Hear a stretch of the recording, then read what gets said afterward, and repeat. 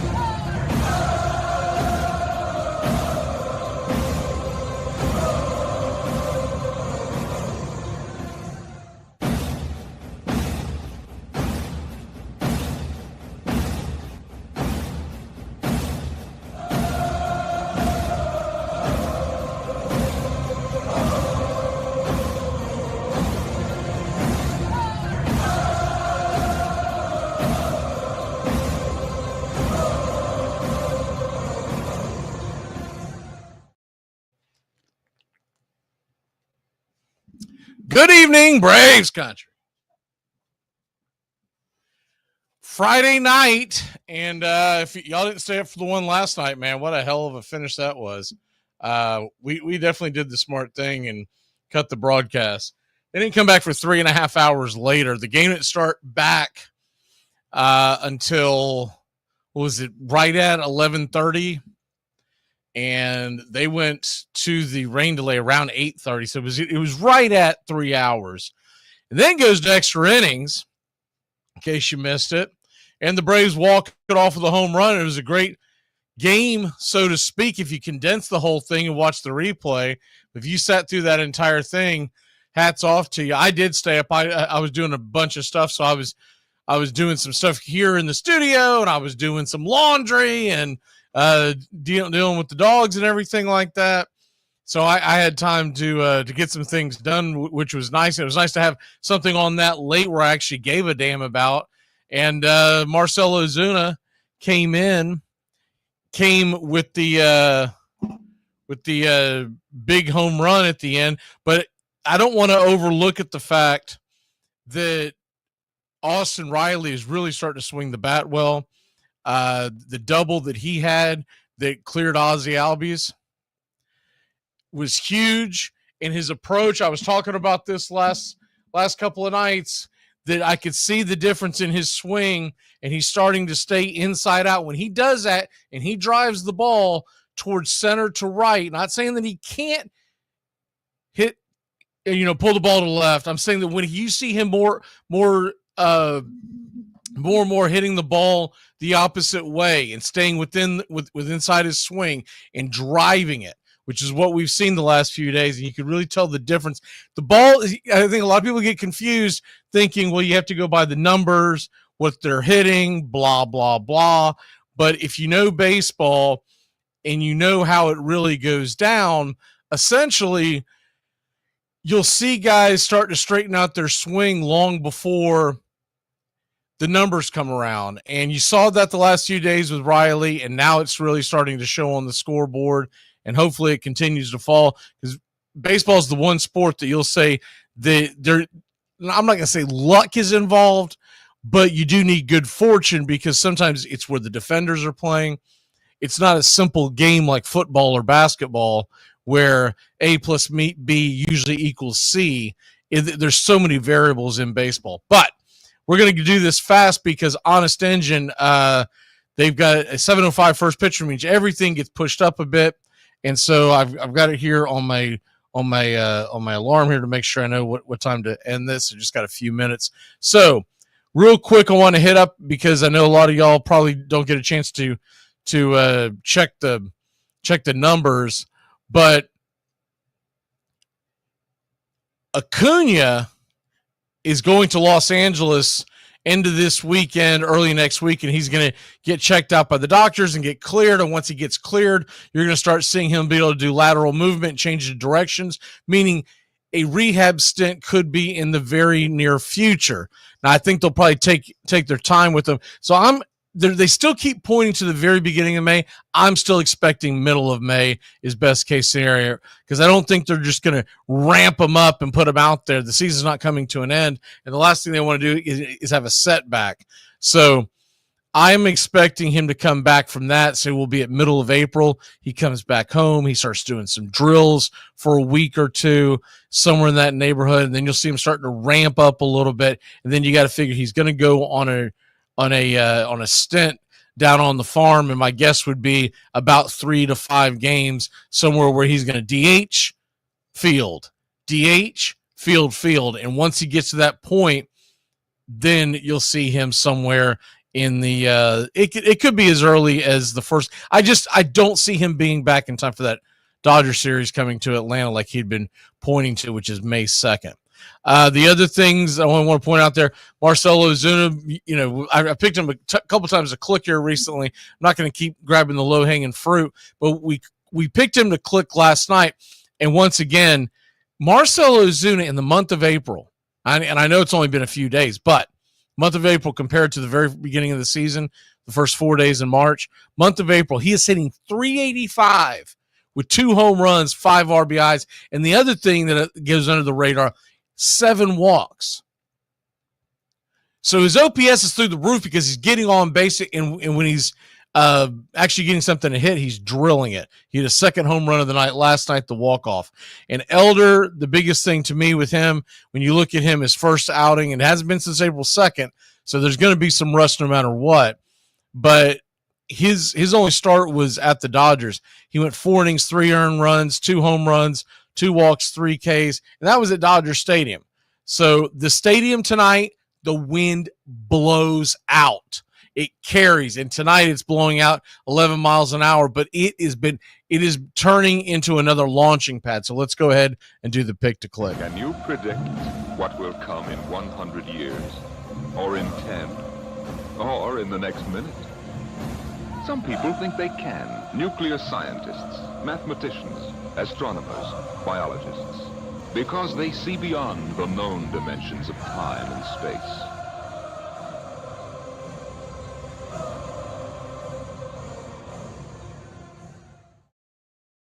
Okay, pick to click. I'm gonna go with. I'm gonna grab someone a little lower in the lineup. You know, this isn't necessarily what you want to bet on. If you want to bet on a guy to get a hit, you always want to go higher in the lineup because you're talking about you know the Harrises and Rileys and Ozunas. They're going to get more at bats because they're hitting higher in the lineup. But I'm looking for someone to click, someone who's been giving us good at bats. We haven't quite seen it on the stat sheet yet, but he has been getting walks, and we've been talking about his last few starts. Give me Kid Kelenic to click against Taj Bradley. He was a top prospect coming out of the Rays organization a couple of years ago. He's been okay, and they still have high hopes for him. So he's got high velocity. It's whether or not the Braves can just get good wood on the ball and let the ball fly. We're in Tampa Bay. It is a minor league stadium. It's the Yankees minor league stadium. So keep that in mind. When you see this, it's gonna look packed, but it only carries about 10,000 people. All right, let's get ready. Let's go, Braves country.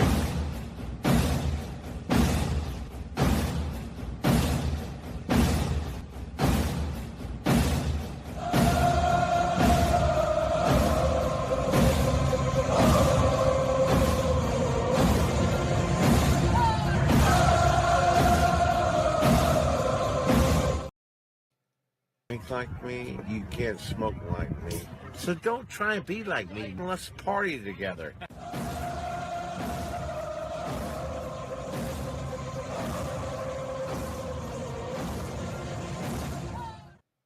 There's something kind of about a kid that's never played baseball. We have been hoodwinked, bamboozled, and flat out deceived. Why did you get so drunk? You got drunk. I'm just really exhausted. What's in that cup? Rum and Cokes. Do you have any idea how important this is? We're trying to save the pub. Really? This is what you're doing? This is what you're doing?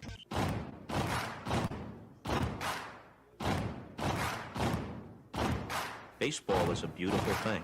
It's more beautiful in an old park. It's asymmetrical and quirky. But even in a dome with artificial turf, it's beautiful.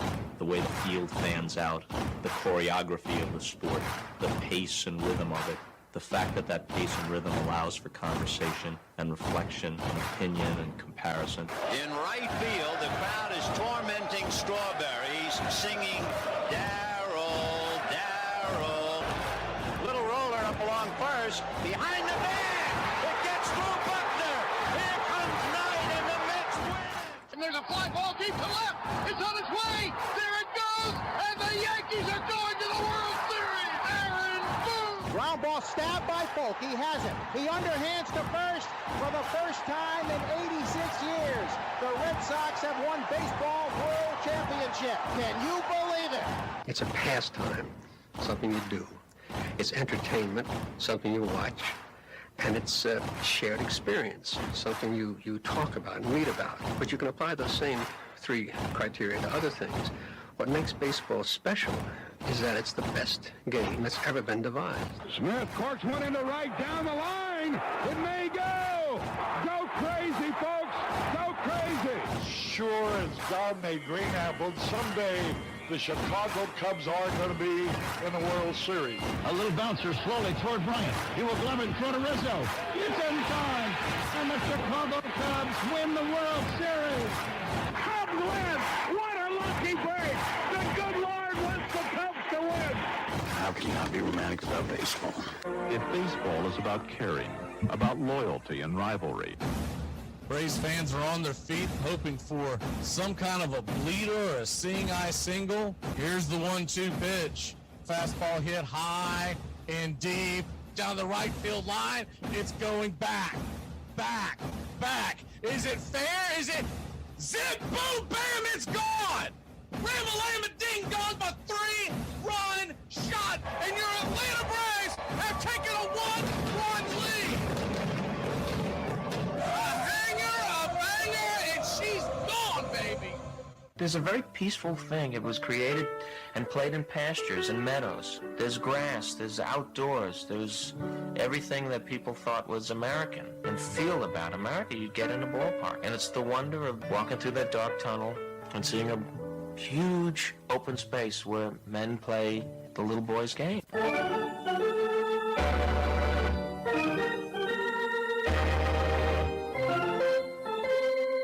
I believe in the Church of Baseball. I've tried all the major religions and most of the minor ones. I know things.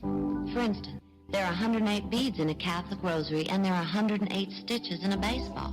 I prefer metaphysics to theology. You see, there's no guilt in baseball, and it's never boring. It's a long season and you gotta trust it. I've tried them all, I really have. And the only church that truly feeds the soul day in, day out is the Church of Baseball.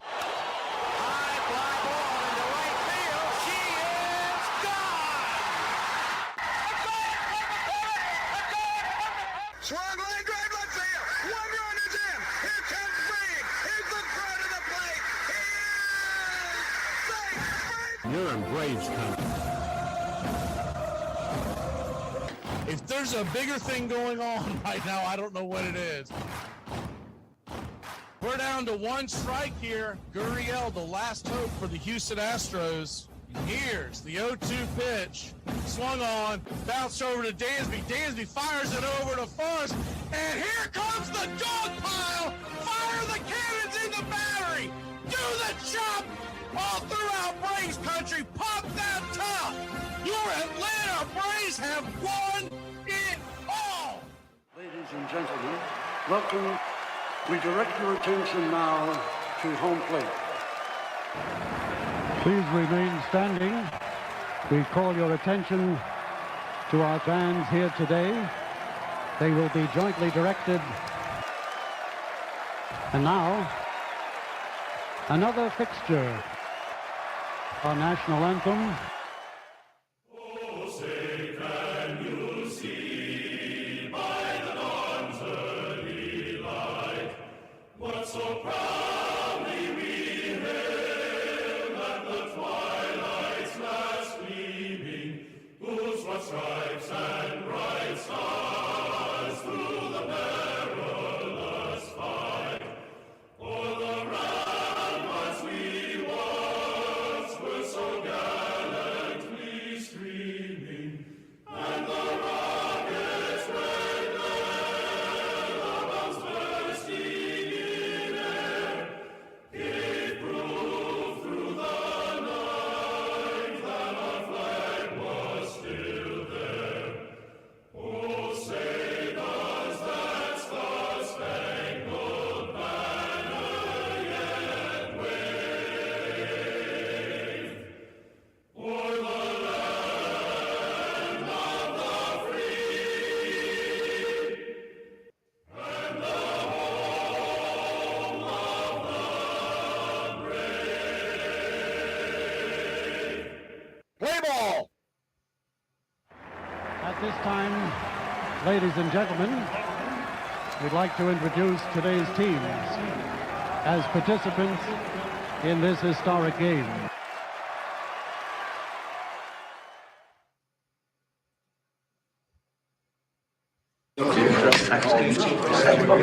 All right, you guys, let's listen up.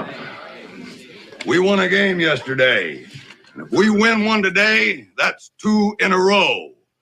We win one tomorrow, that's called a winning streak. It has happened before.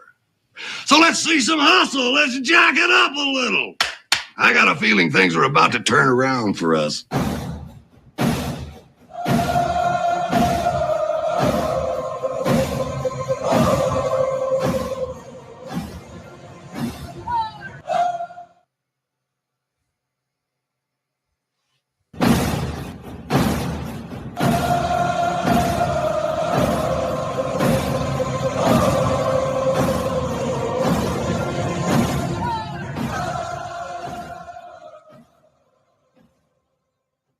On a beer?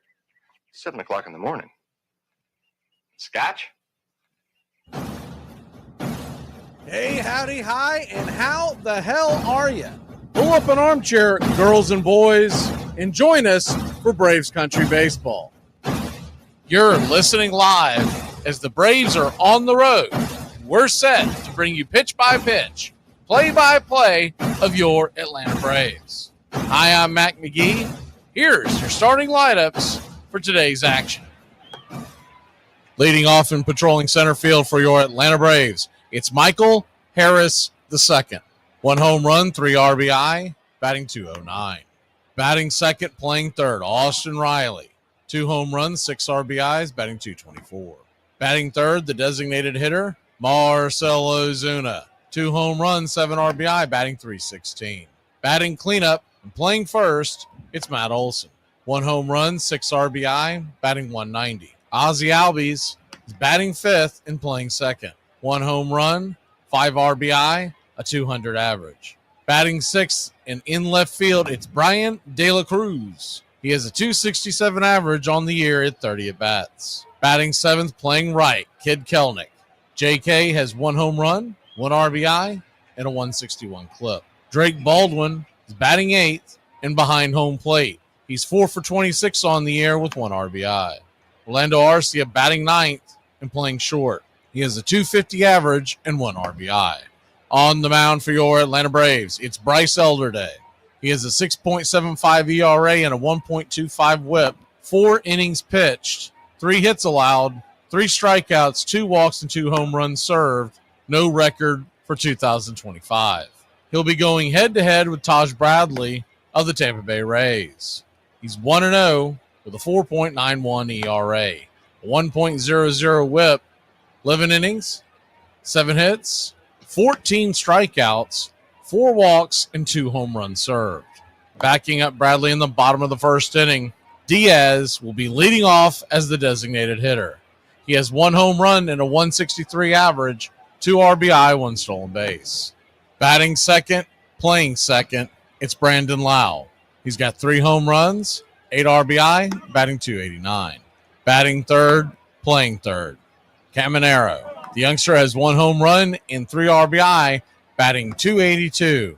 Aranda is batting cleanup and playing first. A .367 average with a home run and 4 RBI.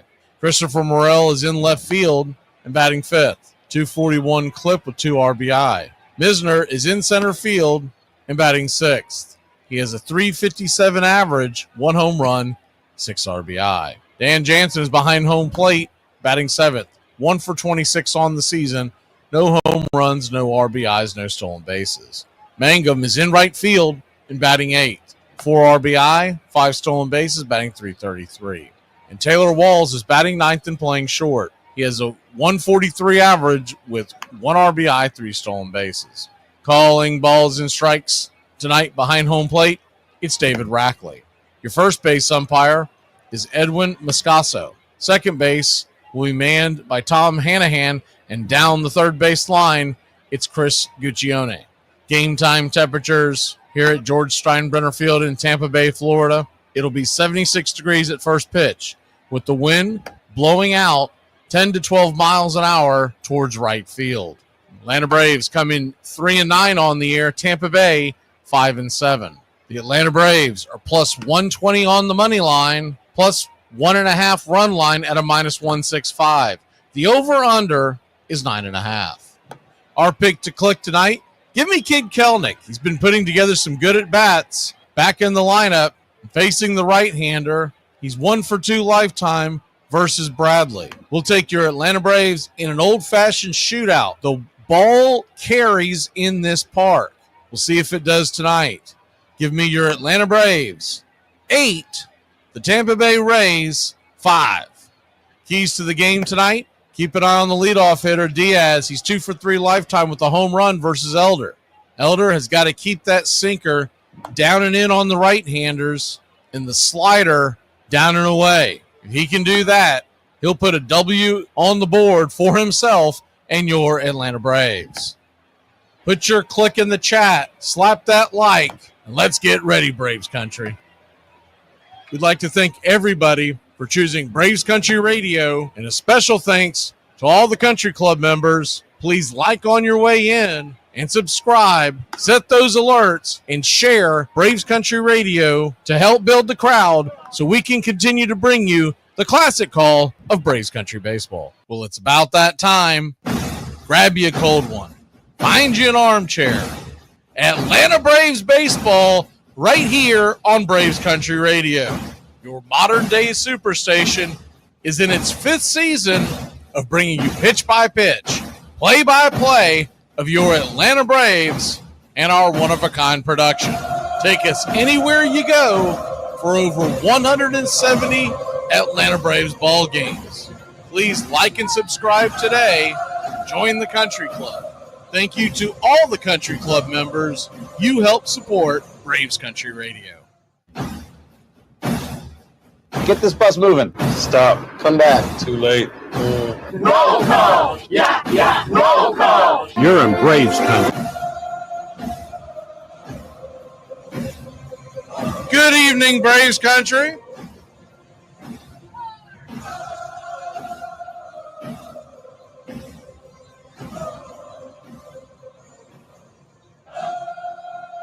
All right, let's do a little roll call. We can see on the other applications, though, we typically stay in the YouTube channel, Braves Country Radio. So if you want to join into the crowd, much more folks are in over in the YouTube channel, but we can see you regardless. Good evening, SS Dub, Hellion, Brian Andrews, John, World Drummer,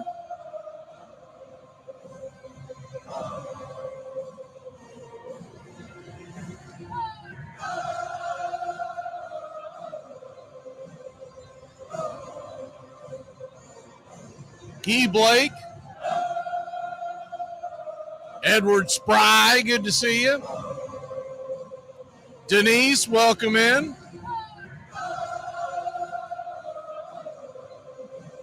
Gary, the real McCoy. Charles Fritz. I think we said Denise. It's always hard to keep these straight while I'm scrolling. What I've seen and what I've said. It's getting more and more difficult the older I get. Floyd, good to see you. Bush and Buttons. Charlie Elrod.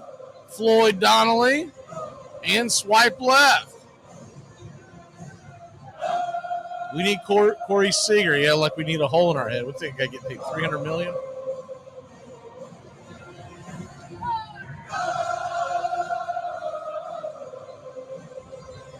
You think that we're cash strapped now? Add $300 million to the payroll.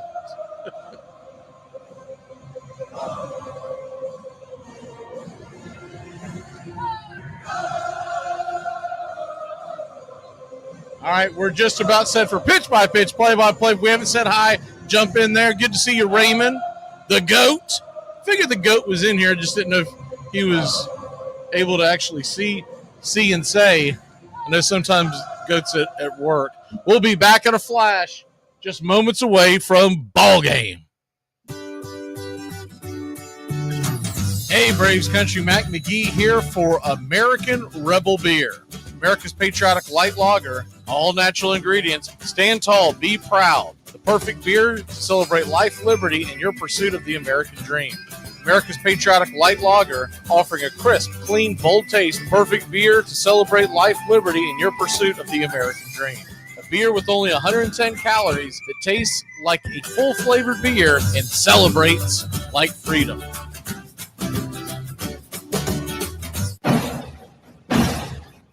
Hey, Braves Country, this is Mac McGee with Braves Country Radio. We are bringing you pitch by pitch, play-by-play of your Atlanta Braves all year long. Join the Country Club today. Help support Braves Country Radio. Join the Country Club today. It helps us bring you more of the game we all love. Braves Country Radio, your home for the classic call of Braves Country Baseball.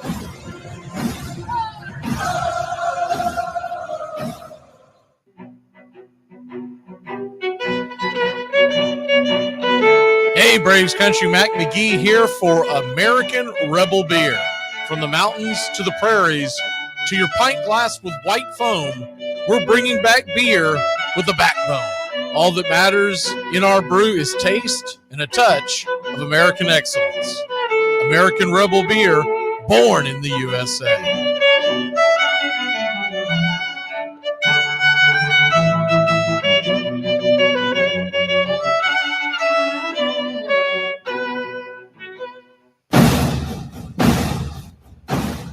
Ladies and gentlemen, we interrupt our program of dance music to bring you a special bulletin from the radio news. Sit quietly and we will control all that you see and hear. There is nothing wrong. You are about to participate in a great adventure. You are about to experience the awe and mystery. You've unlocked this door with the key of imagination. Beyond it is another dimension, a dimension of sound, a dimension of sight, a dimension of mind. You're moving into a land of both things and ideas. You've just crossed over into Adventures in Time and Space.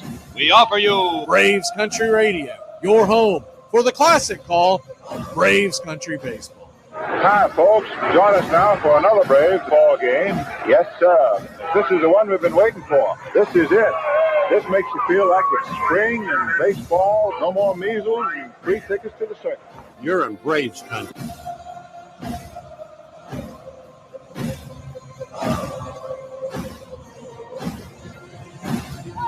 This is a reminder, disorderly conduct will not be tolerated. Please respect your fellow fan and refrain from any unruly behavior. Failure to comply with these guidelines will result in ejection.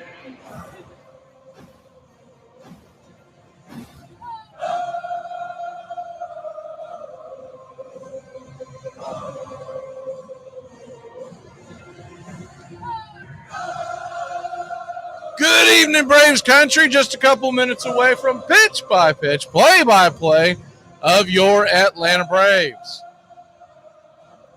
And if you wonder why we are sometimes on Facebook and sometimes not on Facebook, it's because it is an utter pain to deal with them. Logins, is this you, blah, blah, blah. They really make it very difficult to bring you consistent coverage. So make sure to find our YouTube channel. It's really the best place to go anyways. Bryce Elder's going to get the start tonight. See what he's got. It's been 9 days since his last start, so I'm kind of expecting some rust.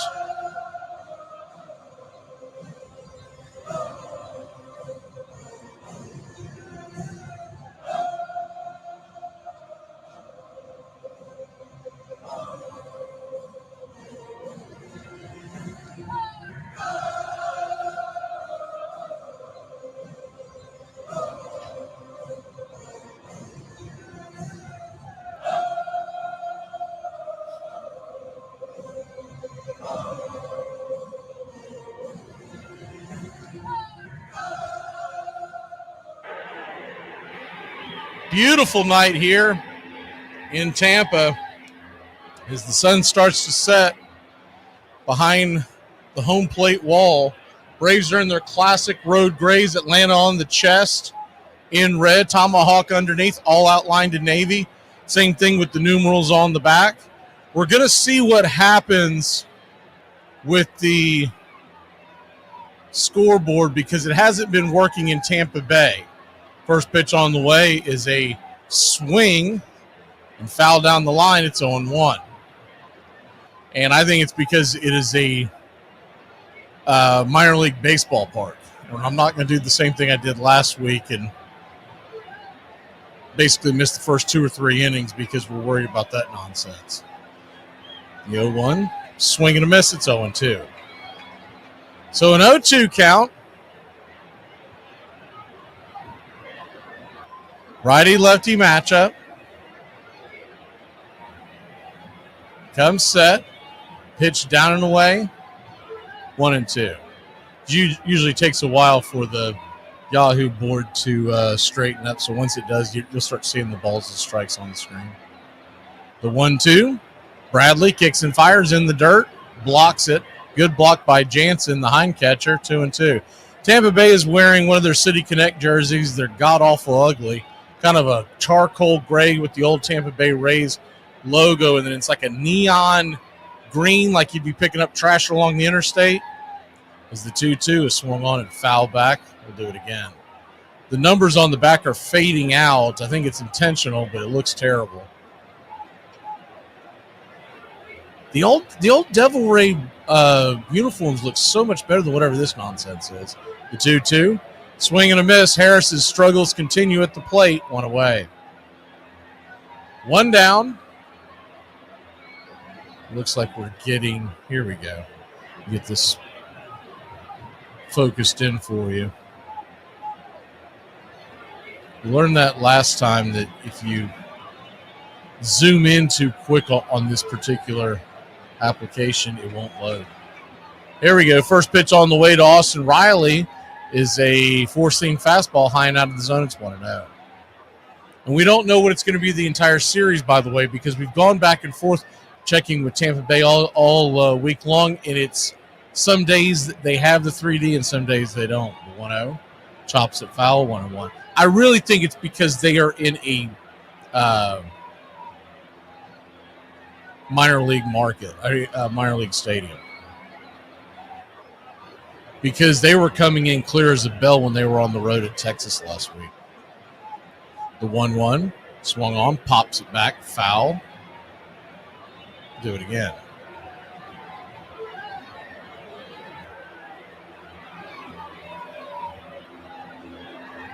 So a 1-2 count.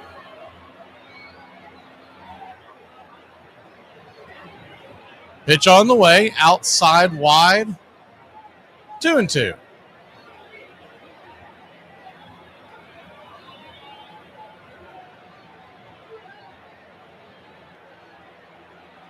The 2-2. Swing! That ball's hammered into right field coming over, and that ball's going to get down for a base hit.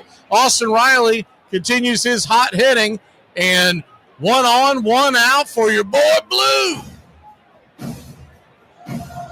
You're my boy, Blue! The Ray. Blue, you're my boy!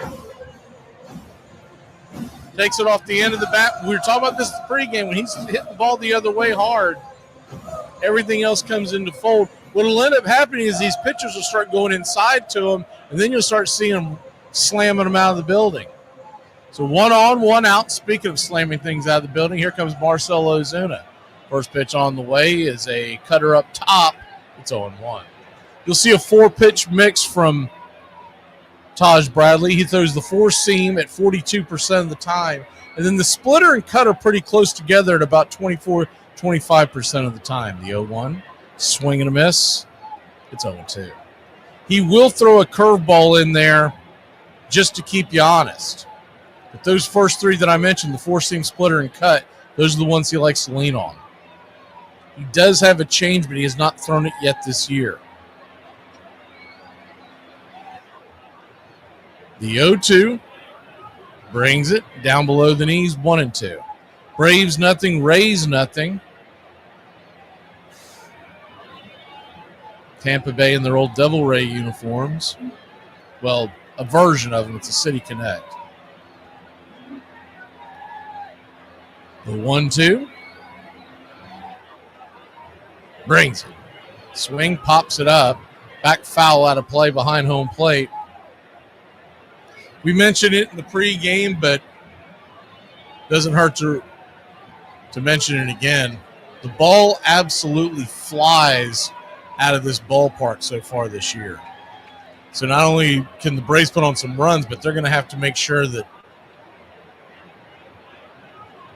they're keeping the ball in the park. The 1-2, down and away, 2-2. So a 2-2 count.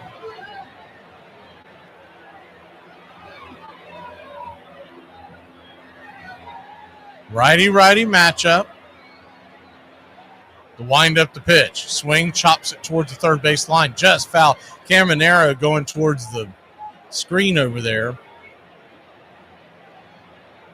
The Steinbrenner Field, the home of the New York Yankees during the spring training season.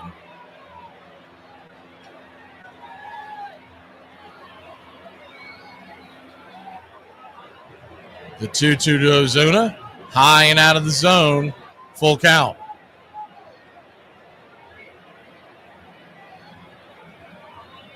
So a full count.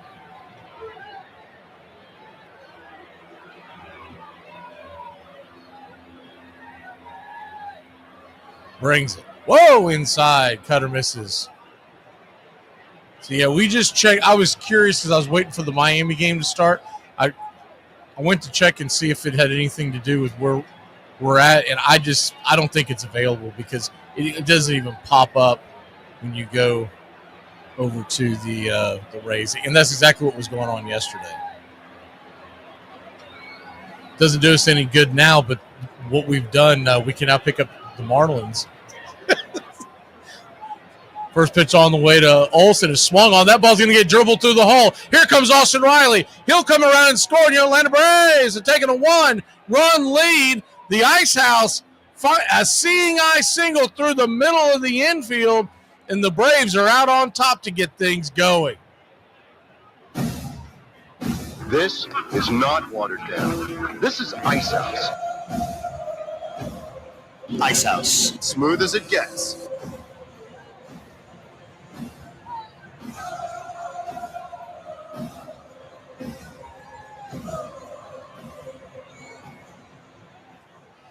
So Ozzie Albies is your batter.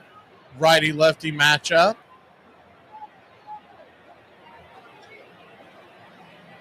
First pitch on the way is down and in for a ball. It's 1-0. Braves 1. Rays nothing. If you're wanting to know, the over-under tonight was 9.5. The Braves number was 4.5. Depending on your book, you got it at different odds. The 1-0 to Ozzie. This is outside wide. 2-0. So a 2-0 count. Runners at the corners. Braves with a late night last night as Jansen's going to go out there and talk to Bradley along with the pitching coach for the Rays. The rest of the infield goes out there. Game last night ended. It was around 1:30 in the morning. They said that the Braves got into Tampa Bay last night around 6 a.m. Well, this morning around 6 a.m. So you can imagine they're pretty tired.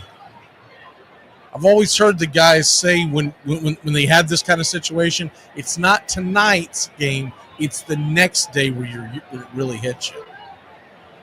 And unfortunately, it's a day game for the Braves tomorrow, so they might be really dragging.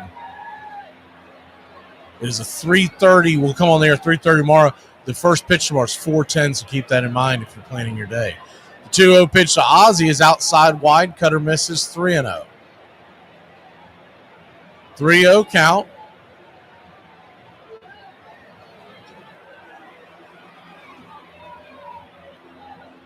Mets are out at the A's on the West Coast tonight. 3-0 inside. Ball 4. So Ozzie will head on down to first, and we've got the bases juiced. One out, ducks all over the pond.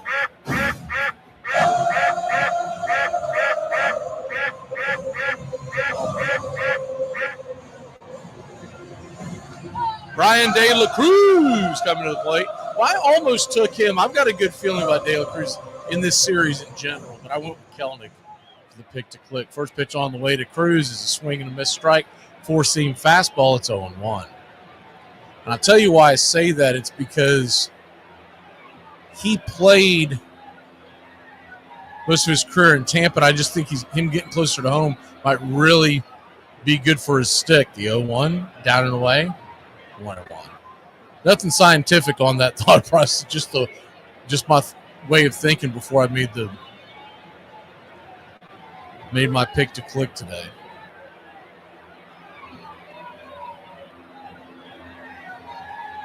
So a 1-1 count. De La Cruz swing, rifles it foul and out of play. 1-2.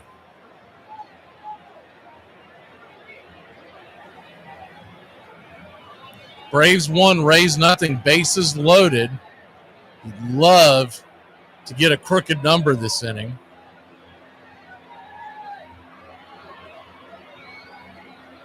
The 1-2. Swing and a miss. Chase the 98-mile-an-hour fastball off the edge. 2 away.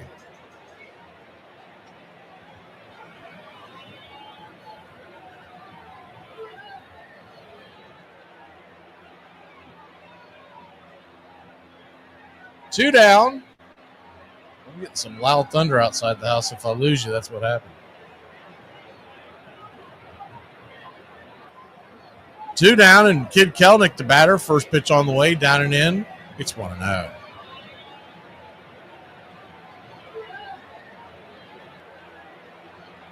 The 1-0. If you missed the news earlier today, pitch on the way to Kelnick. Swing and a miss, chased a fastball high in the zone, 1-1. Aaron Bummer was put on the bereavement list, so he'll be away for a few days dealing with I'm assuming, a death in the family. They didn't get into it. And Zach Thomas is the pitcher that will take his place. The 1-1 swung on and fouled back. It's 1-2. 1-2 count. Braves trying to get out of this jam. Braves trying to find any way to get at least one more. You'd love to get a crooked number because, like I said at the beginning of this show, the ball flies out in this popcorn stand.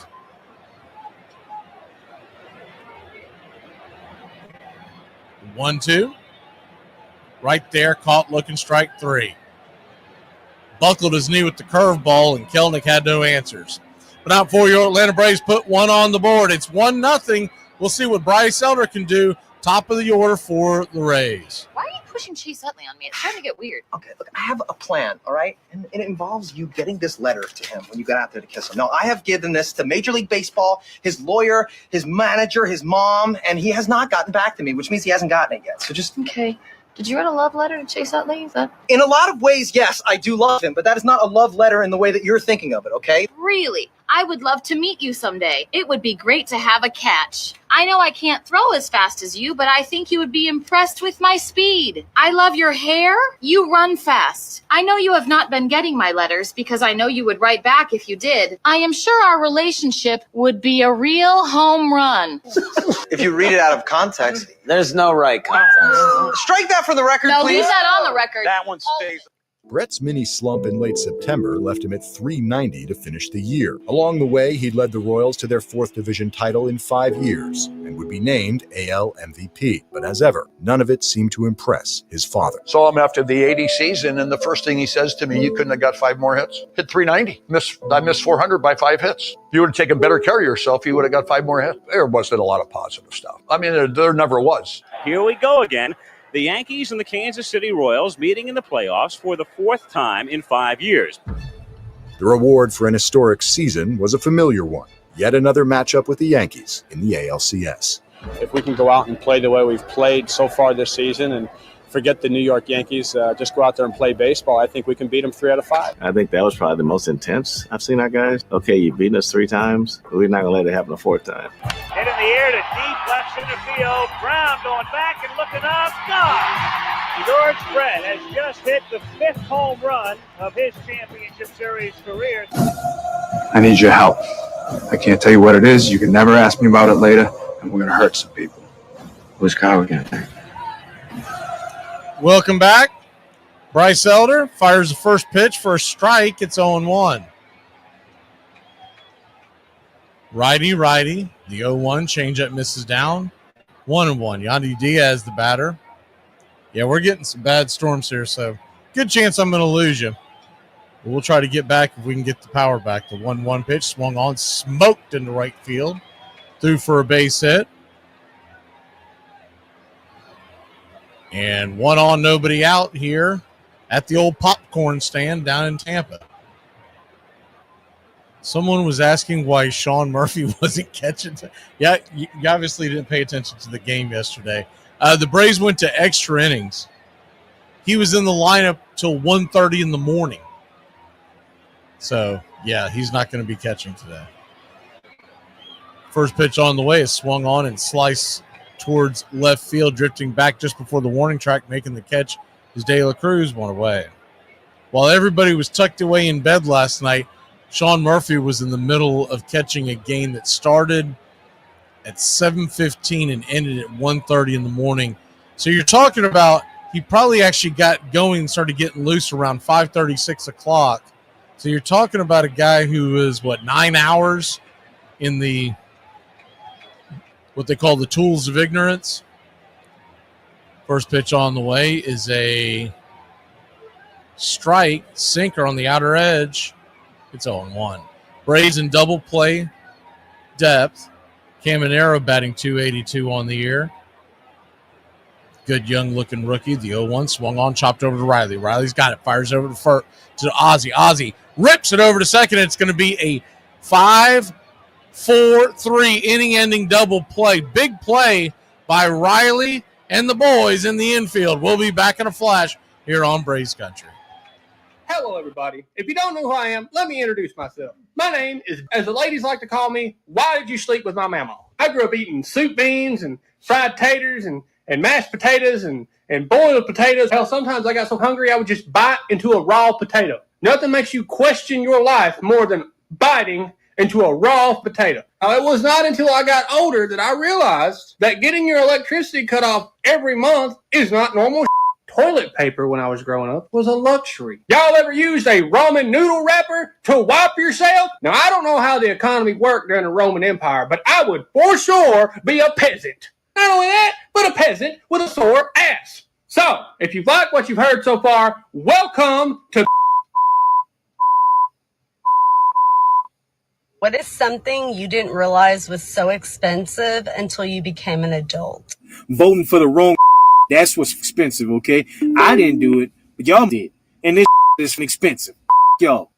Is it true that you have never knowingly eaten a vegetable in your life? That is true. I was born when my parents were 18, so she just let me have the run of the course. I always pushed the vegetables away. To this day, no. And I guess what I've proven is that man does not need vegetables to survive. Is it just possible that you would like, I'm thinking of one of the more non-objectionable vegetables, a carrot? Oh, please. A carrot? No, a carrot. No, that's an objectionable vegetable.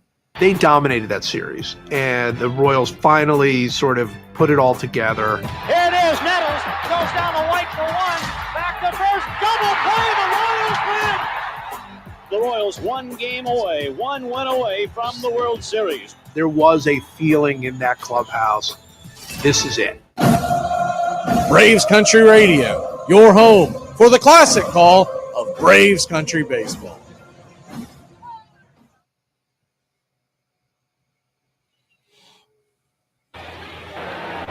Welcome back to Braves Country Baseball for as long as we got you. Wind's blowing hard here at the studio and the rain getting ugly. First pitch on the way from Bradley to Baldwin.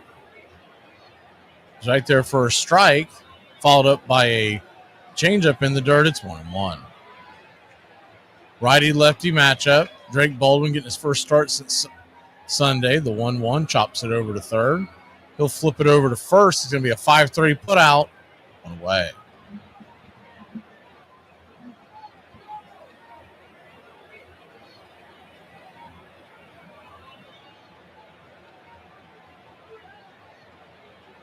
One down.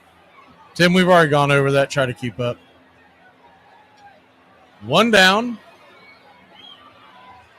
Tampa Bay does not have it. First pitch on the way to Orlando Arcia. It's right there for a strike. It's 0-1. The 0-1. This is a minor league stadium for those of y'all that missed it at the beginning. The 0-1 swung on and fouled away. It's 0-2. They've had it once or twice this year, but I do believe both times it was on the road that we saw. We kind of figured this is what we were walking into. The 0-2. Down and away 1-2. But I do have someone constantly checking in, and if it does pop up, we will throw it in there for you. So 1-2 count. Arcia the batter, batting .250 on the year. Pitch on the way, swing, chops it over towards third. Going to have to hurry it, scoops it, and Caminero has enough time to get Arcia, the slow-footed shortstop. He double, triple pumped that and then threw it. That's how slow Arcia is. He lost the handle, started to stumble through it, and still beat Arcia's jogging down the line by, 2 steps. I do not understand why he is in the starting lineup on a regular basis. Michael Harris II comes to the plate. First pitch down and in. It's 1-0. Without a doubt, Nick Allen has taken that starting job from him. 1-0. Swung on and pops it up. Another easy out. Harris, top of the order. Not is exactly the best analytical move there, Braves country. We'll be back in a flash here. 1-0 your score. We go to the bottom of 2. December 6, St. Nicholas of Lycia, modern-day Turkey, died in 343. Nicholas was a Christian bishop renowned for his generosity and miracles, earning himself a saintly reputation. Known for aiding the poor, they say he rescued children and sailors at sea, and once famously saved 3 sisters from slavery by secretly dropping gold coins down their chimney, some landing in stockings hung by the fire to dry. After his death, December 6 became his feast day, and his tomb became a shrine. So popular, his bones were taken by sailors in 1087 and housed in the Basilica de San Nicola in Italy. In Middle Age Europe, he was depicted wearing bishop red with a full beard, but his legend faded, except in Holland, where St. Nicholas became Sinterklaas. The Dutch took Sinterklaas to New Amsterdam, aka New York, in the 17th century, where he evolved into Santa Claus. Today, in the US and Britain, Santa Claus still has the beard, wears red, and drops down the chimney to fill deserving children's stockings on Christmas, while kids in Europe hope for treats on December 6th. And yet, there is no proof he was actually canonized, and Pope Paul VI removed his feast day in 1969 for lack of evidence. Oh, here's the game on the line right now in the 7th inning. He really felt all that weight. Made it hard to breathe. 2-1 Yankees, 7th inning. George Brett, 390 on the season, but 0 for 3 tonight. Brett facing the right-hander Gossage in the 7th inning of the 3rd game of the American League playoffs. Goose comes in, he's snorting and he's got it all, he's Goose. So the big man coming out of the Yankee pen. No radar gun back then, but it was 100. I was very excited to see Goose come in the game because he's the type of guy I like to face. Tying run for the Royals over at third base. Lead run potentially over at first base. George is coming up, and we know he's going to do something. And I just said one thing to myself: be quick and try to pull the ball. That was the season and the year that in the meetings, they just said, don't pitch him inside because he'll hit a home run.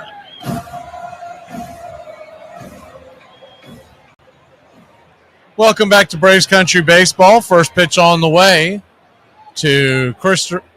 Well, they've got that wrong on the screen. That is not Christopher Morel. That is Joe Aranda. It's 0-1. The 0-1 swung on, chopped it over towards second.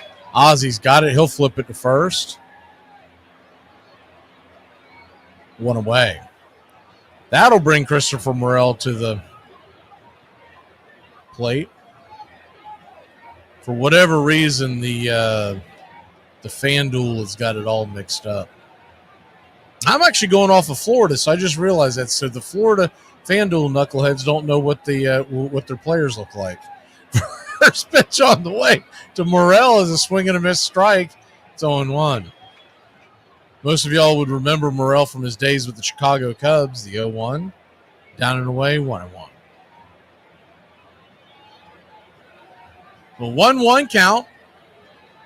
Taylor Walls is a good player, Willis. Say he's from your hometown. The 1-1. Did he go around? They're going to check down the line. First base umpire, Moscaso, the Edwin type, says he did. It's 1-2. It would be an enormous but unrealistic get for Bryce Elder is the 1-2. Caught, looking strike three. Got him right there on the outer edge. One away.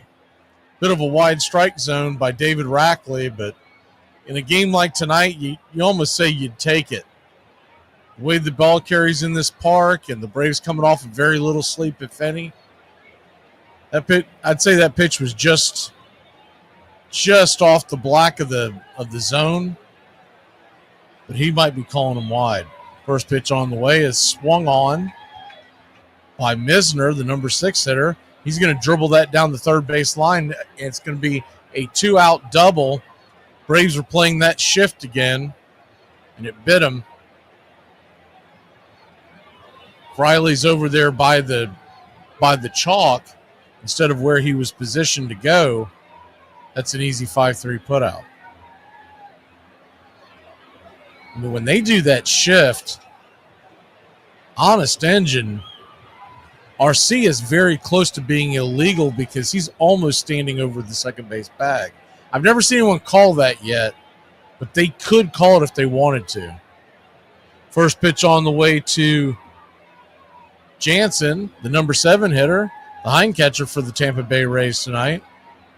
Pitch right there for a strike. It's 0-1. The 0-1 misses high. 1-1. 1-1 count.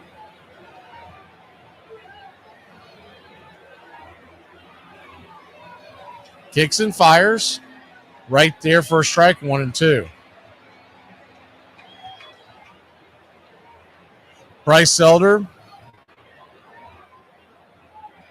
Pitch number 17 just about on the way.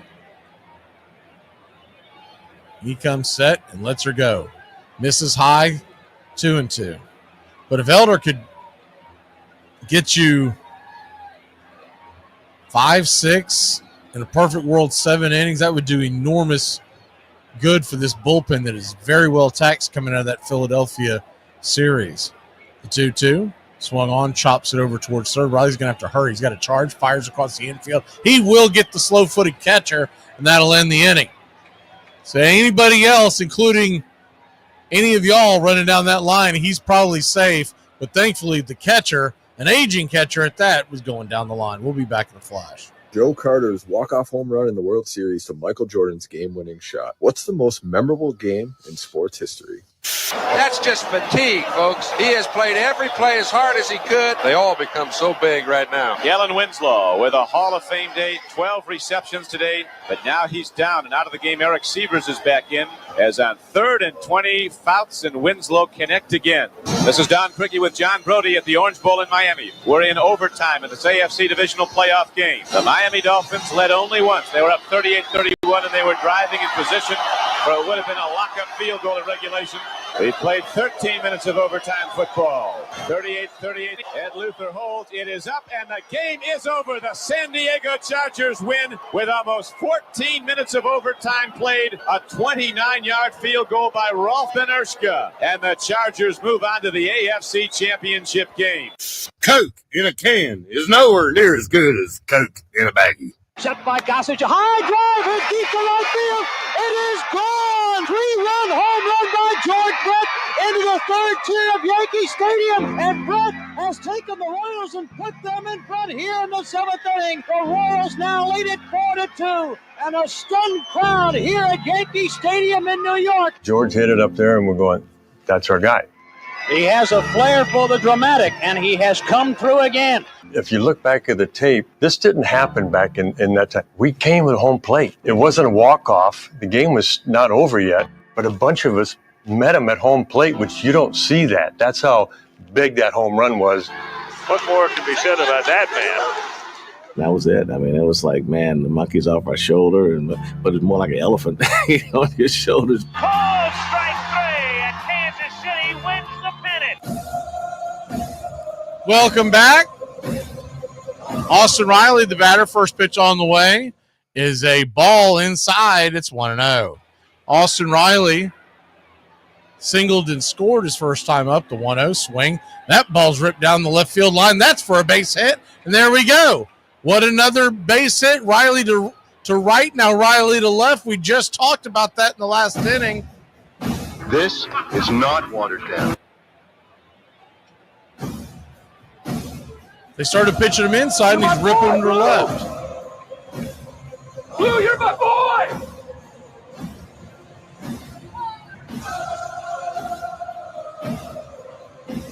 Righty-righty matchup now. Runner at first, nobody out. The big zoo, the big bear coming to the dish. First pitch on the way is in the dirt.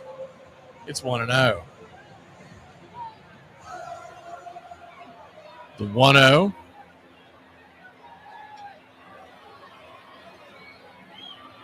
Braves in those classic road grays tonight with the gray pants and the red stripe down the side. Marcel, the 1-0 swing, hits it high. Not very deep into right field. It'll die just before the warning track. Just got underneath it. One away.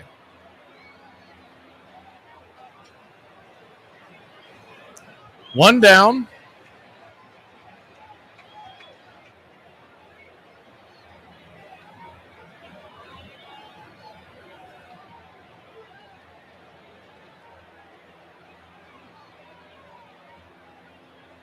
Matt Olson stand in. First pitch on the way is 98-mile-an-hour fastball. Misses below the knees. It's 1-0.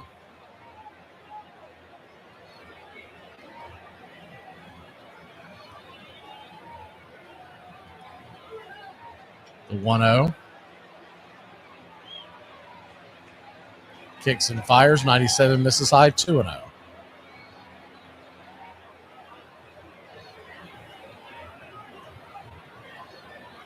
Throwing a poll up there. I'm just curious how many of y'all were actually able to stay awake and watch the end of that game. That being a school night, I'm sure it was difficult to ask. The 2-0, down and in, 3-0. They checked down the line. And third base umpire, Chris Guccione, says he went. I don't know about that one. They've rang it up as a ball on the track, but a strike on as the 2-1 down and in, 3-1. So it was a ball. It was a check swing strike. They had it wrong on your digital scoreboard on your screen. 3-1 count to Olson. Swing, chops it off his end step. 3-2.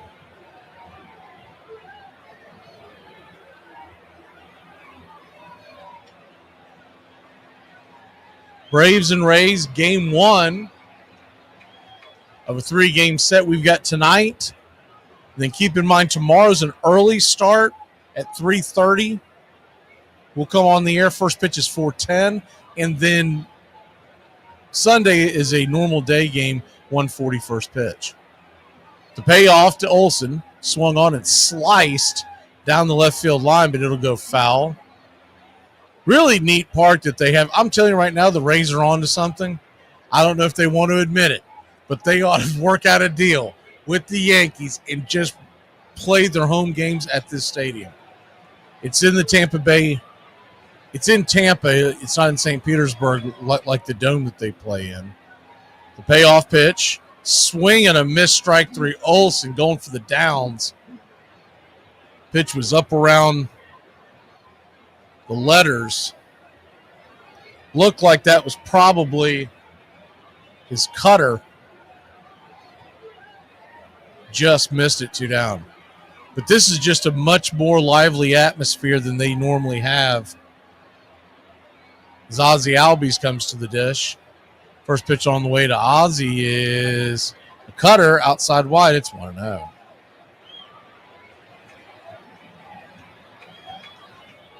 they can seat a few more people at the stadium over in Tampa, but St. Pete, excuse me. Pitch is way outside wide, called for a wide strike. We told you they'd probably be doing that tonight. 1-1. That pitch, you couldn't even make an argument for that one. The one that Elder got the call for, that ball was actually really close to the zone. That one was 3-4 inches off the plate. The 1-1, chopped foul down and in 1-2.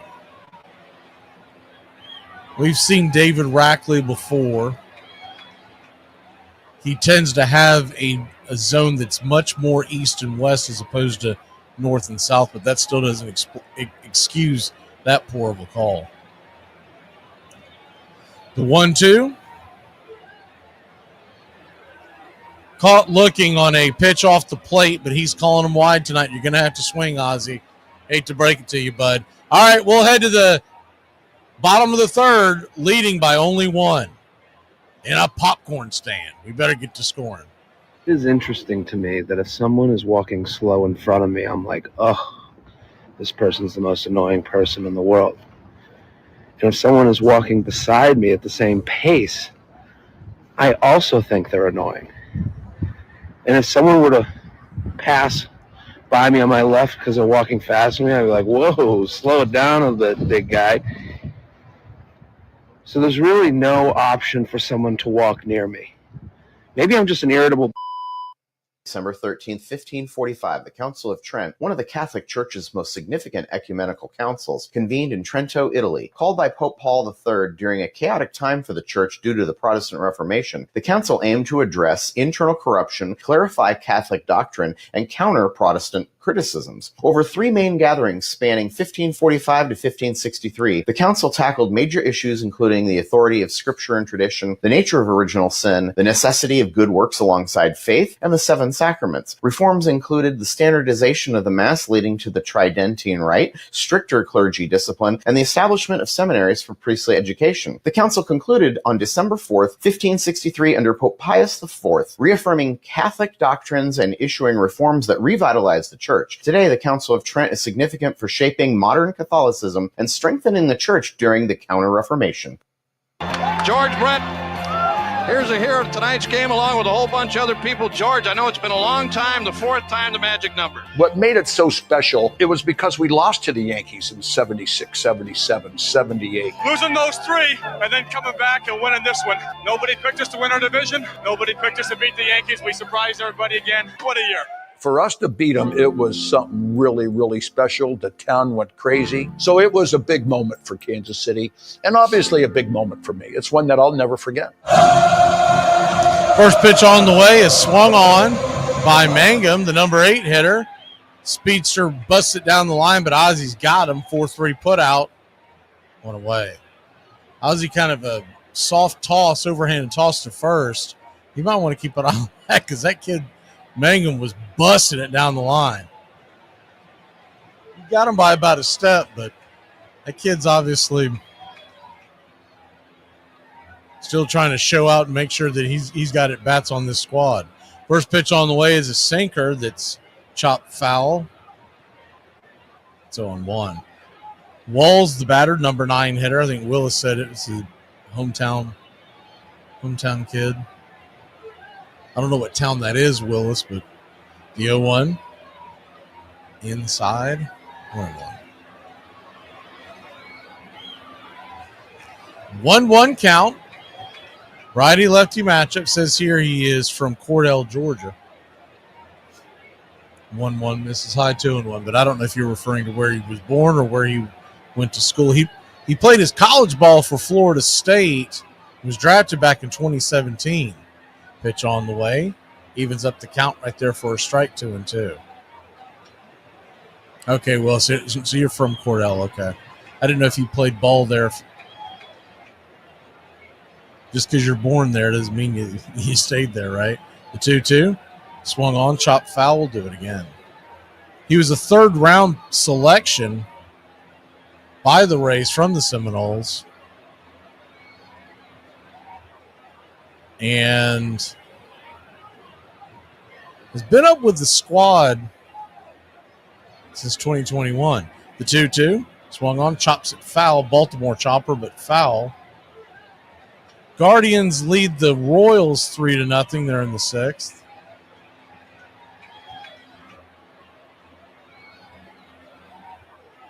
Reds all over the Pirates 5-0 in the 4th.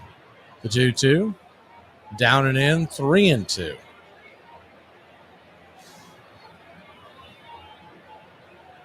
So a 3-2 count.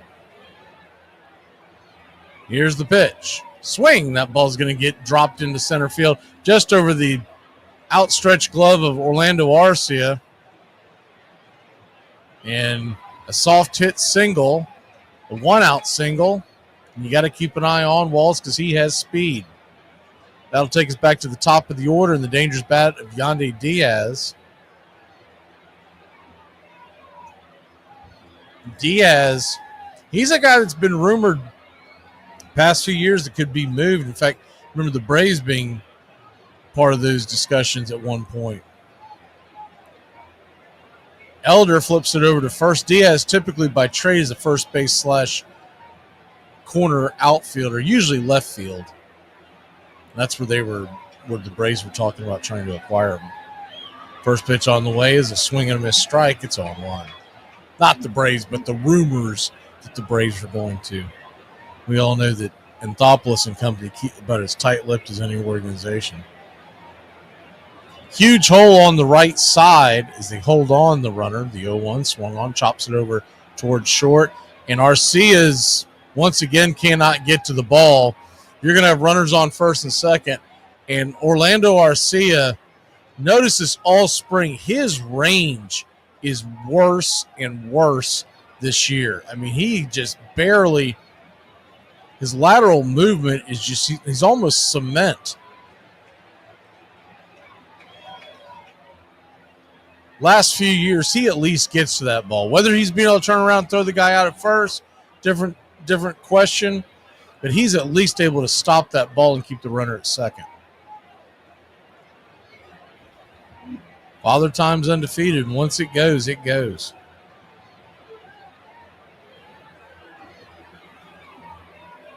Brandon Lau, the batter, first pitch on the way, swung on and rifle back foul. It's on one.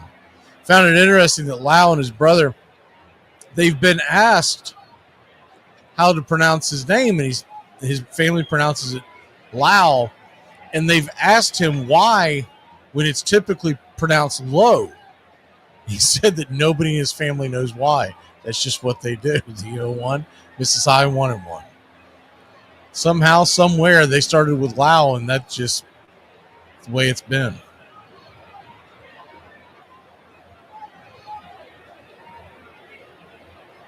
So 1-1 count. Pitch nowhere near the zone, 2-1. Bryce Elder on the ropes.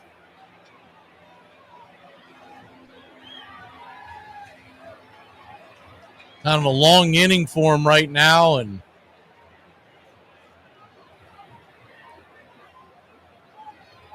a double play would end it. The 2-1. Swung on, pops it up. High and deep into right field. Should score the runner with ease. Kelnick's got the ball. He'll fire it into the infield.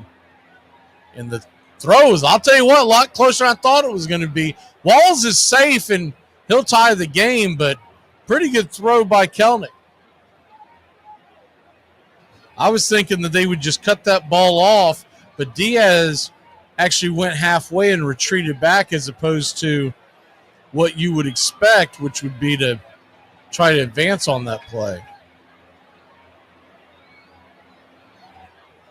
Darn good throw by Kelnick. It was a one-hopper.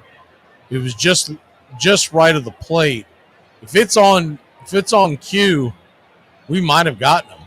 First pitch on the way is a swing and a miss strike. It's on one.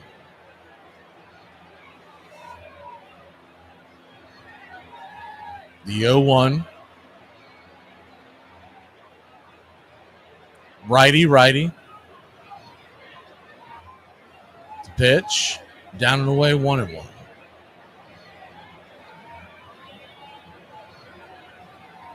Assuming health, you got to figure the odd man out is going to end up being Stuart Fairchild when Acuna comes back.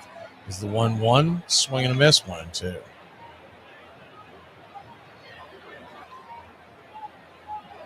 But right now, until he comes back, you got to love the versatility of this bench. 1-2 count. Elder trying to keep it right here. He'll throw up his 37th pitch of the night. Swing, chops it towards third. Broken bat. Riley's got it, flips it across the diamond. That'll end the inning. Rays tie it up, but it could have been a lot worse. Good job by Elder to bounce back. We'll be back in a flash. We need some runs, Braves country.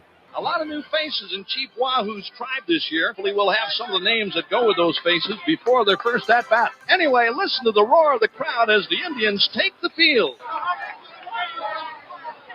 Yes, sir, they love this club here in Cleveland. Just a reminder, fans, about Die Hard Night. Free admission to anyone who was actually alive the last time the Indians won a pennant. Why didn't you comb her hair before she came? He is not a she. He is a he. Well, she looks like a she to me. The crazy thing is that leads to a World Series where George has sort of his lowest moment. There he is, George Brett. So I go to the doctor before the first game of the World Series up in Philadelphia. And he says, have you been under any stress lately? And I said, well, yeah, I just tried to hit 400 and failed at that. We just beat the Yankees for the first time, and we play your Philadelphia Phillies tomorrow. First game of the World Series. He said, oh, okay. Stress can cause hemorrhoids. The big story revolves around George Brett. There was some thought that he would not even be able to play tonight. He has hemorrhoids. Yeah, we didn't really know a lot about that. How that stuff all got public back then with George. The Royals have had to bring in Dave Chalk to play third. Evidently, George Brett's hemorrhoid condition has forced him to the sidelines. George Brett is missing a World Series game because his butt hurt? It's like, really? I've never experienced so much discomfort as having hemorrhoids. I flew home from Philadelphia, and they had a car take me right to the hospital, and they operated on me that night. The Phillies are out in front of this series, having swept the 2 games at Veterans Stadium. But as the Royals prep for this game, George Brett has made a successful recovery from a hemorrhoid condition. Here's third baseman George Brett.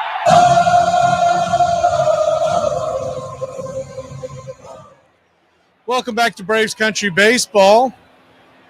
Brian De La Cruz takes the first pitch, first strike. It's 0-1. Hope y'all are safe wherever you're at. I know we're having some crazy weather this spring all around the country. The 0-1 lifted into right field, lazy fly ball. Coming in, making the easy catch is Mangum, the right fielder. One away. One down. See here, we'll go ahead and call it here. I was just wanting to get a decent. 60% of y'all said you stayed up, so 40% of you were telling the truth in this poll. First pitch on the way is down and into Kid Kelnick. It's 1-0. The 1-0. Kicks and fires. Outside wide. 2-0. Good to see you, Mr. Ricardo. Underwaters. The 2-0 pitch is swung on and chopped back foul.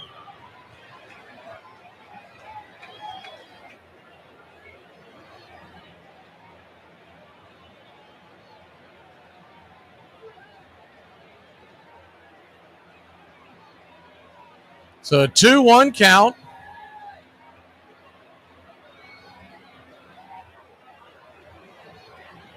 Brings it, swings, hits it high and deep into the left field corner. That ball's going to bounce, and it's going to go into the bullpen of your Atlanta Braves, and that click-clacked. How about that?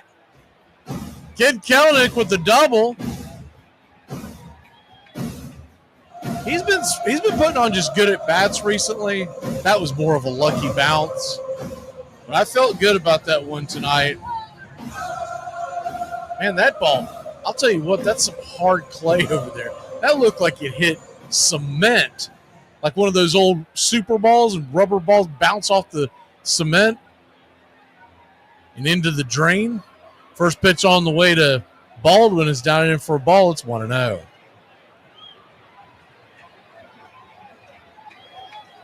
Righty-lefty matchup. Kelnick in scoring position, the 1-0. 96 misses in. Called for a wide inside strike, 1-1. The 1-1 count brings it. Misses wide, 2-1.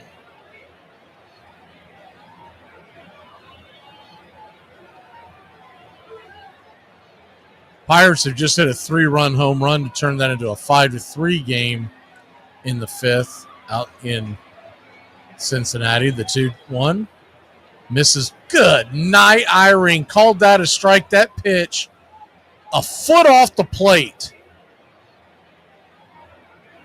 I mean, we've talked about it the past few nights, but Snicker's got to grow a backbone and say something here. The 2-2 swinging a miss, strike 3. Never swings at that if that other garbage call wasn't being made. David Rackley, you ought to be ashamed of yourself, son. You're either on the take or extremely bad at your job. And looking at the way I'll tell you why he's missing his calls. He squats so far behind the catcher, he can't get a good look. First pitch on the way is down and in for a ball. It's 1-0. I mean, he is literally, his chin is below the shoulder of the catcher. I don't know if he's been hit by a pitch and he's rattled, but this guy needs to lose his job. The 1-0 swung on, hit right at first baseman. It's a line drive out, and that'll end the inning. Anywhere else on that side of the infield, and that is an RBI double. We'll be back in a flash to the David Rackley Show here on Braves Country. Does anyone else find it interesting that cacti is plural and cactus is singular?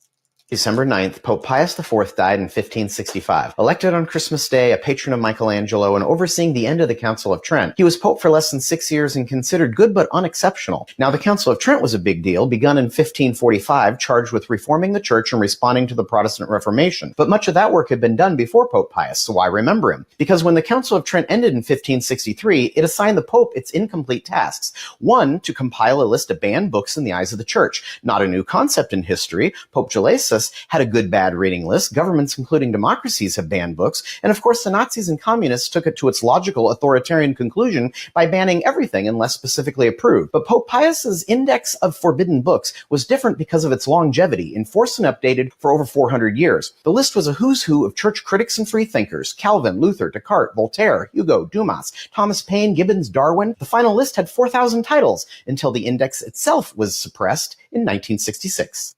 Heard you got deported, dude. Bye.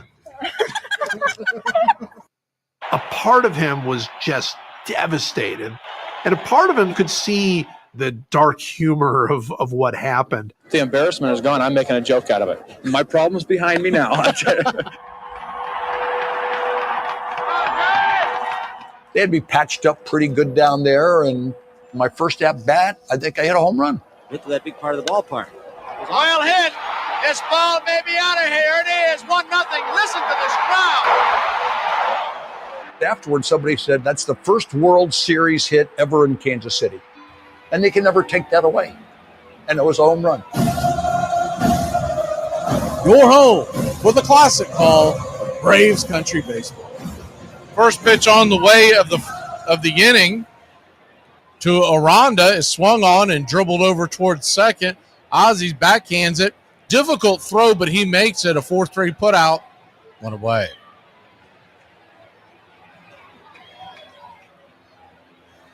One down, and Morrell will be your batter.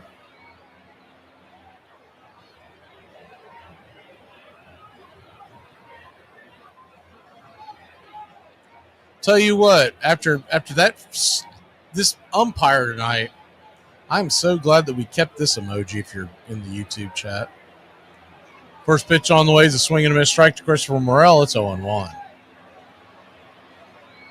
We've seen some bad umpiring to start the year, but this is just pathetic. The 0-1 down and in, 1-1.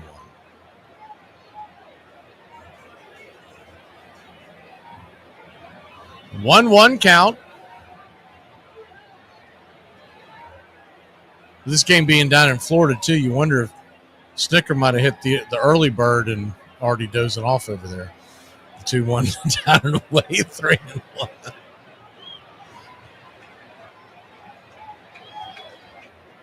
Pitch inside. Morel.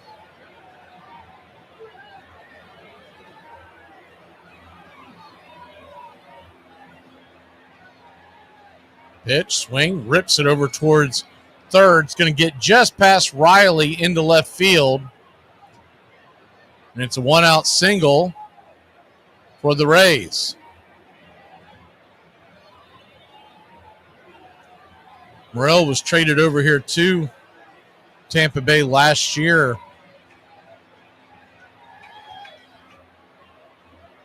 And there's never been a question about the talent of his bat. He just has been a very poor fielder no matter where he's been put. In Chicago, they typically put him at third. Tampa, they've been trying him out in the outfield, but no matter where he goes, he's just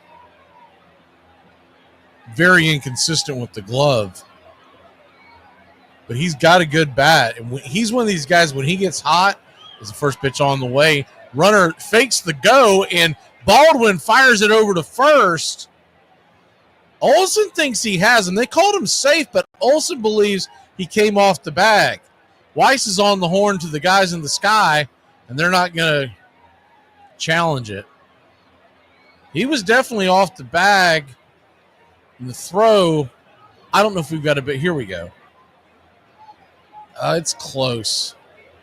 I think one of the problems is unless you have an overhead cam, and I don't think they do here, we're at a minor league park. They just don't have anything like you typically have in regular parks.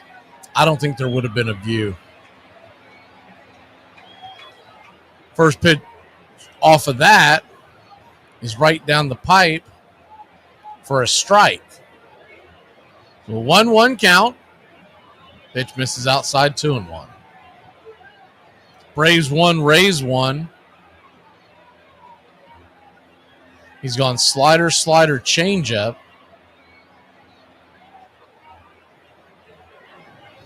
The 2-1. Runner goes. Fires it down into the outfield. Baldwin airmailed that one, and it's going to be an easy first to third for Morel. So give him a stolen base and give an error to Baldwin. And that'll force the Braves to bring the infield in. It's now a 3-1 count. I mean, that's just poor mechanics there. He was thrown off his back end and basically thrown against his body. And he airmailed that. Arcia tried to get some kind of a glove on it, but he had no shot. The 3-1 pitch, swung on and fouled back. Full count. So the infield is in. Runner at first. Rays looking to take the lead.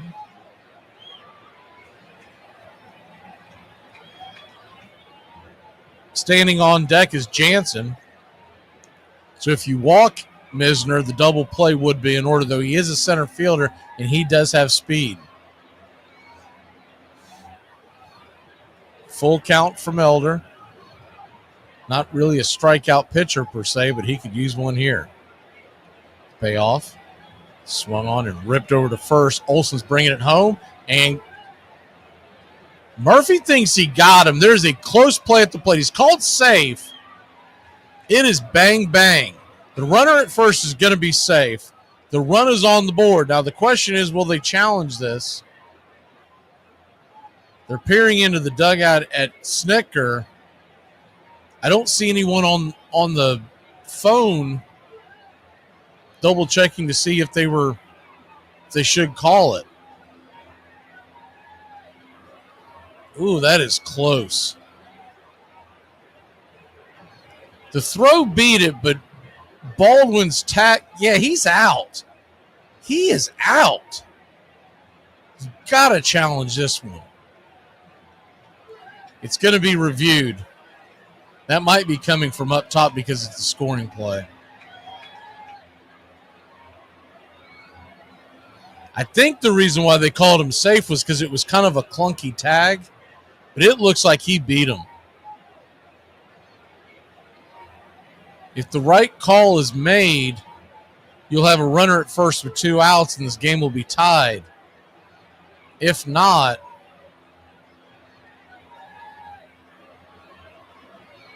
and the thing has got to be conclusive, but the throw definitely, he is out. He is out.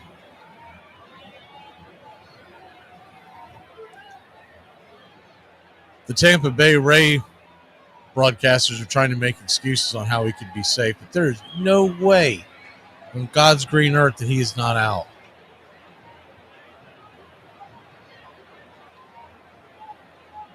I'll tell you something else. Back to David Rackley. His glove beats it there. His glove is sitting right there on the corner. It was a good tag applied by Baldwin. But looking at that play, Rackley positioned himself poorly. He still had a good enough view to realize that he was out. And he is out. So how about that? We'll give a little bit of boo bird to old freaking Rackley. And then we'll give a little applause for them finally getting it right.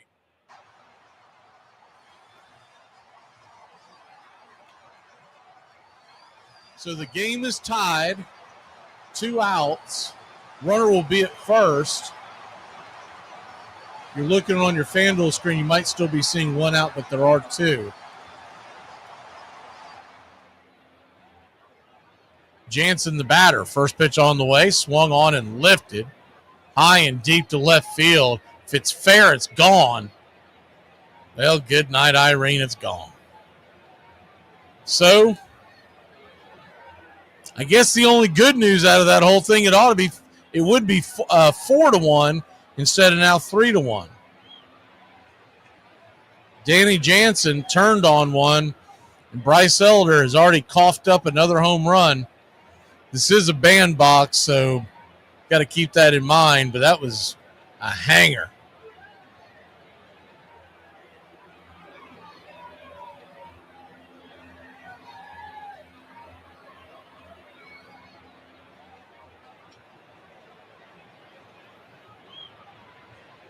He just hung it was supposed to be a sinker and it didn't sink. Came right in his wheelhouse.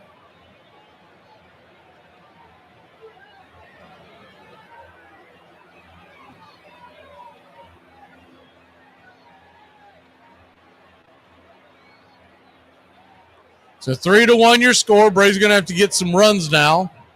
Well, I think we kind of knew that. First pitch on the way is swung on and chopped over to Arcia. Arcia flips it over to first, and that'll end the inning. So after that great defensive play by Olsen and a good tag by Baldwin, it all went for naught as Bryce Elder coughed up another home run. We'll be back in a flash. His 3rd home run in 2 starts. His 3rd home run in 6 innings. Honestly, now that TikTok's gone, bro, I think I want to better my life. Like, I want to start going to the gym. I want to start reading books. I want to start exploring outside, touching grass, playing sports. Like, I really want to make a better version of myself, you know? It's back up again. Oh, well, I tried. Holy cow, a price! Oh, that's just gorgeous there. To buy a matching pantyhose? You're really sick. This is a bag to carry things in. What's wrong with that? If you don't know, buddy, I'll spell it out. You F-A-G fruit. There you go again. Just because something looks a little bit different to you, you have to put a label on it, right? Well, if the place fits. He had a good World Series. He did. One of the big things I remember with George about the World Series was Dickie Knowles knocking him down.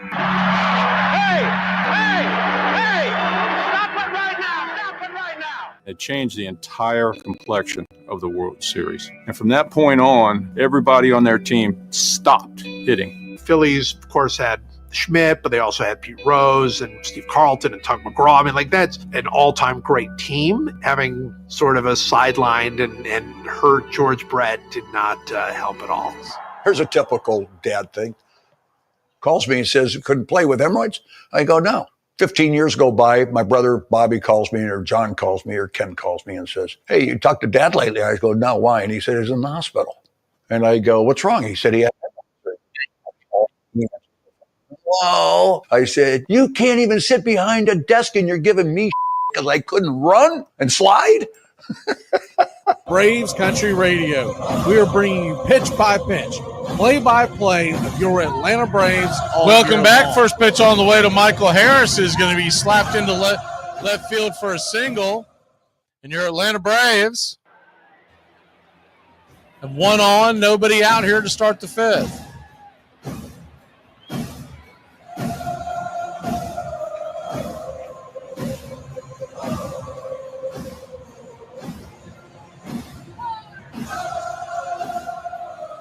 Austin Riley, 2 for 2. Now the batter, first pitch on the way, down and in. It's 1-0.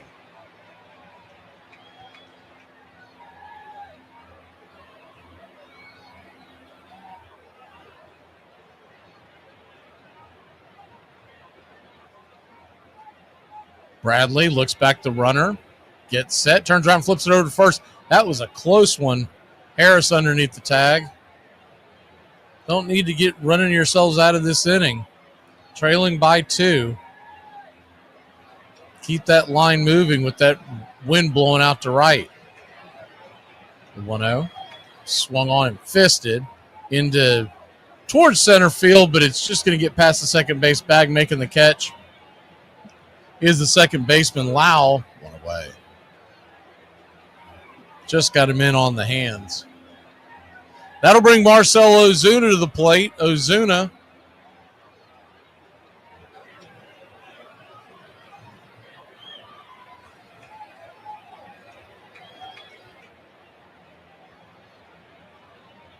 first pitch on the way is a cutter up top for a strike. It's 0-1.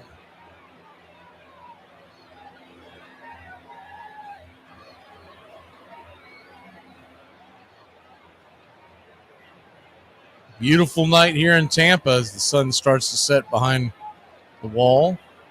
The 0-1 down and in, 1-1. Skies start to darken. Clear skies here in Tampa. Not so clear in North Florida, I can tell you that. Braves trail 3-1. One swing could tie this. Harris leaning a little bit over there towards second. See if he may go. They're going to throw it over there again. And now Harris has got to be starting to pick up on his move. You haven't seen Harris run much this year, but always a threat to go. The 1-1. Inside almost gets him. 2-1. It's a cutting bender.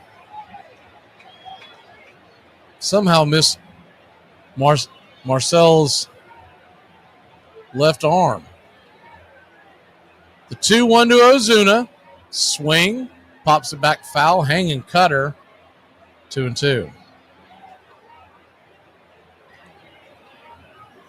That looked like one of those that Marcell could handle. Just mistimed that one.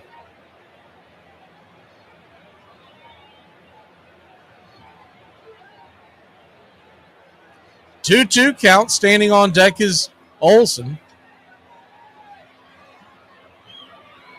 Bradley brings it. Inside 3-2. Should be mentioned, Taj Bradley, his pitch count is now up to 77, which isn't extremely high, but if this inning were to go long, it could get there. Typically at the end of the fifth, you want to be around the 75 range if you're a starting pitcher. The payoff pitch, swing, ball's roasted over to short, and it is going to be an easy double play. L6, Harris was running on the play, and he was dead meat. Hard hit ball, but right into the teeth of the defense. Bad luck on both ends. We'll be back in a flash here on Braves Country. How did the hamburger introduce his new girlfriend to his parents? Meet Patty. There's some dirty crack whore in the alley blowing the busboy from the restaurant down the street. This is exactly why we need that dog.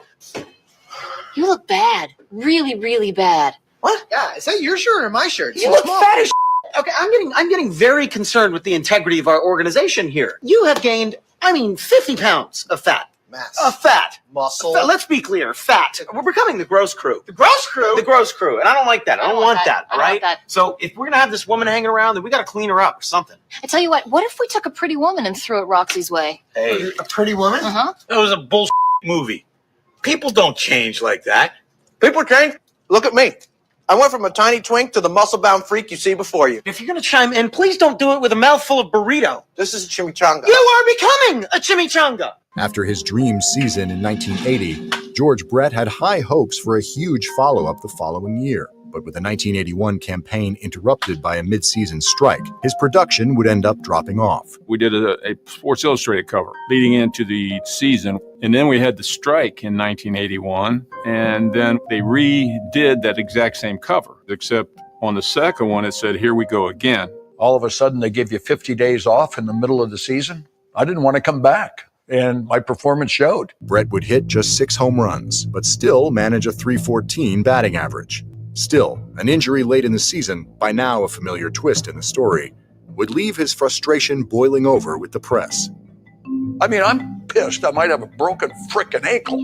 The last thing in the world you want is some frickin' guy taking your picture going to the hospital. And he kept taking them, so I swung my crutch at him and knocked the camera out of his hand. Please like and subscribe today, youtube.com/@BravesCountry. Welcome back. Bryce Elder goes back to work. First pitch on the way. 91 misses high. It's 1-1. Wonder how many turns around Elder's going to get through this as the 1-1 is chopped over on the dirt. Second base side. Ozzie has it. He'll flip it at first. It's a 4-3 put out. Good play by the Wiz. One away. Wonder how many times that, or how many rounds that Bryce Elder will have. Hopefully this is the last time through before he's sent back down, because he's not even getting swing and miss anymore. When he first came up a couple of years ago, he would get 4 to 5 strikeouts and get themselves out of jams with double plays with that sinker. As the first pitch up top is their first strike. It's 0-1. The 0-1 right there smacks the edge again. It's 0-2.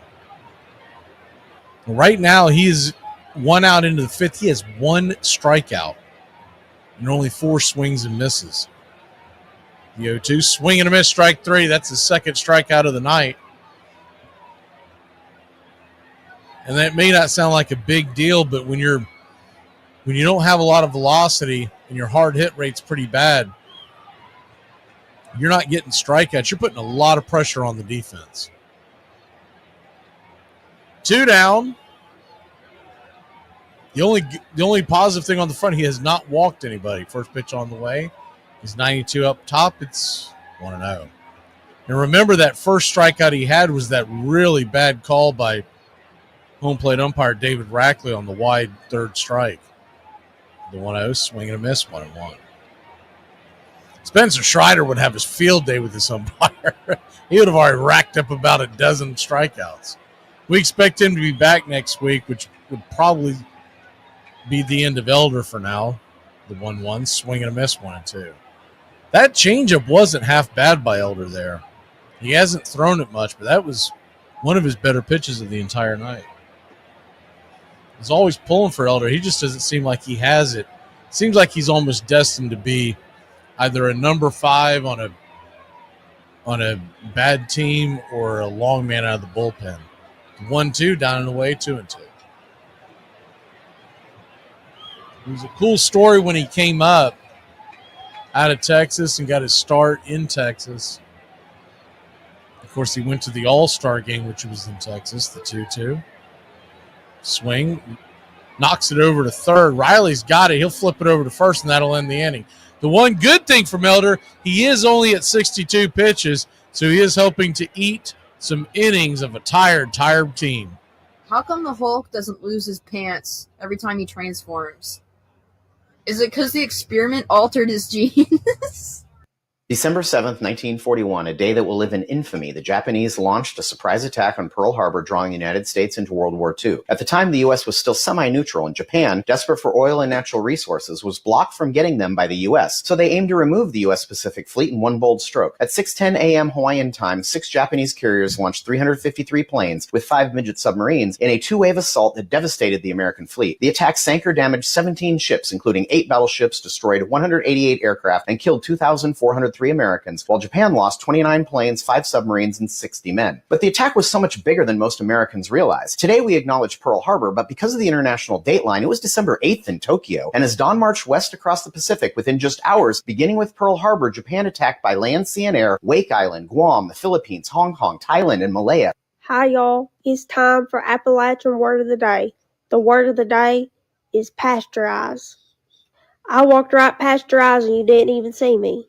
He did have a couple run-ins with, I think, one of the writer, Mike Fish, wrote about, well, shouldn't you be in bed and rehabbing her? Well, I'm not going to rehab at 1 a.m. There was a lot going on in George's life, for sure. And he did get hurt a lot. I mean, he really did. There were long stretches of time when you would see an injured George, a slumping George, and it did not look good. And to make things worse, the combination of his stardom and his struggles had made him a regular target for fans on the road. It was absolutely brutal. Every on-deck circle you go to, I mean, you just heard hemorrhoid jokes. Stupid jokes that you hear them every single day. You're the butt of everybody's joke, let's face it, and it just gets old. It gets old. Well, up until July 24th, 1983. Braves country baseball. Welcome back. First pitch on the way to Matt Olson is well off the plate, wide for a ball. It's 1-0.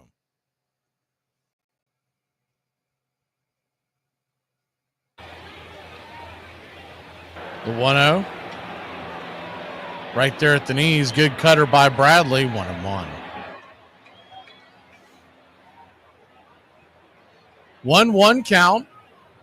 Bradley fires. Swing. That ball is dribbled over towards second base. Shortstop Walls has, as he crosses into second base territory, flips it over to first. 1 up, 1 down.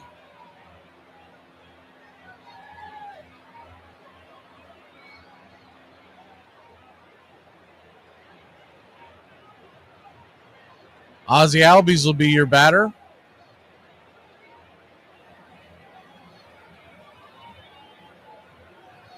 Open stance from the left side. First pitch on the way is a called strike on the outer edge. It's 0-1.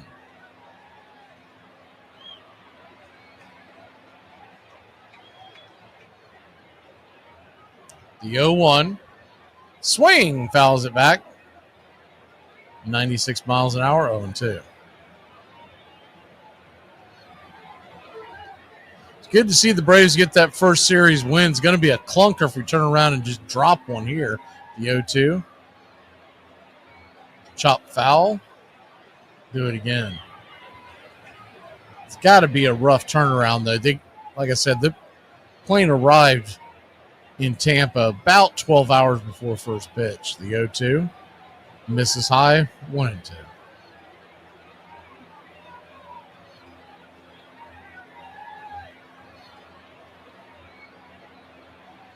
The 1-2 to Ozzie. Chops it foul. Ozzie's really come stumbling out of the gates.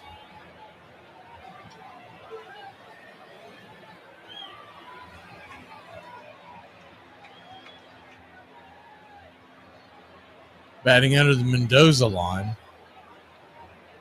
The 1-2 to Ozzie. Lifted high into left field. Not very high and not very deep. Lazy out.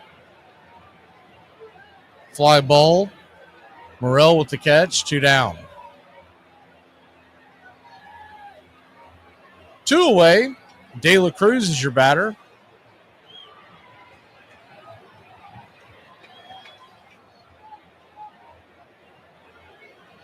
First pitch to De La Cruz is down and in. It's 1-0. 1-0.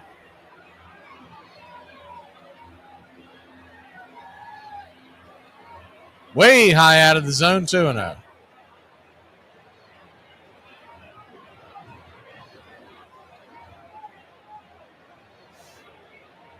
Lefty warming up in the bullpen for the Rays.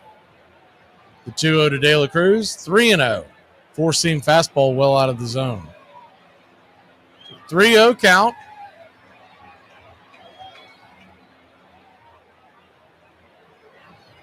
Pitch on the way. 96 up top. 3-1.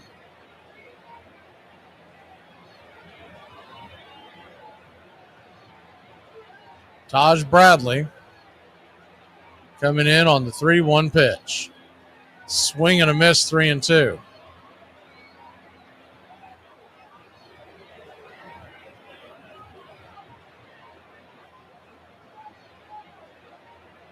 The 3-2.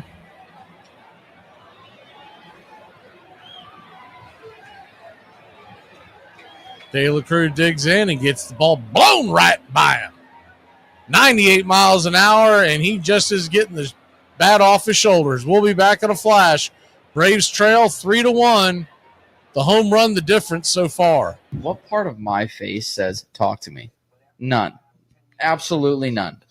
You know what's wrong with some of these younger generations? They're not watching Westerns with their papas on the weekend. They're not watching the Beverly Hillbillies, Green Acres, the Andy Griffith Show with their grandparents. They're uncultured. Go sit your asses on the couch and watch hours of MASH. That'll do you some good. I'm being financially smart and packing myself a very affordable lunch, PB&J. Okay, so I have finished my packed lunch, and most importantly, I have not spent any money on food today. And I am still starving. I got my ankles microwaved. X-ray. They took my blood away to use for science. Cholesterol test. April had her sinuses removed. Looked at. Some guy looked at my wiener, touched it. That was weird. And that guy wasn't even a doctor. July 24th, 1983, and everybody forgot about it. July 24th, 1983 began like any other Sunday with an afternoon game in the Bronx, and it looked like it would end quietly, with the Royals trailing by 1, with 2 out and no one on in the 9th. They want this strikeout, Frank, and I know Del Murray wants it too. Ground ball, and Smalley cannot get it. Base hit for Washington. What a big base hit by UL Washington, and the reason for that is because it brings up George Brett. Well, Billy Martin is on his way out to the mound. And I assume that it will be Goose Gossage that will be coming into this ballgame. And I remember that Murray guy, he kind of had the split finger. Oh, my God, there's no way I was going to hit that guy. But Goose was the type of guy that I'd like to face in that situation. And Gossage with the ball. I remember the first pitch he threw me was a fastball kind of up and away. I hit a foul ball down the left field line that I thought was going to be a home run. Slicing foul. Welcome back. First pitch on the way to Caminero is chopped foul. It's 0-1. The 0-1 righty-righty. Swung on and lifted foul. It's 0-2. An 0-2 count. Pitch outside wide, 1-2. Caminero, the number 3, Aranda, the number 4, and Morel, the number 5, due up.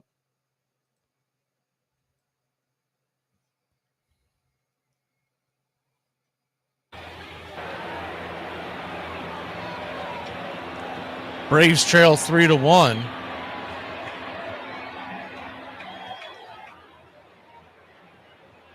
One, two's fouled back. We'll do it again.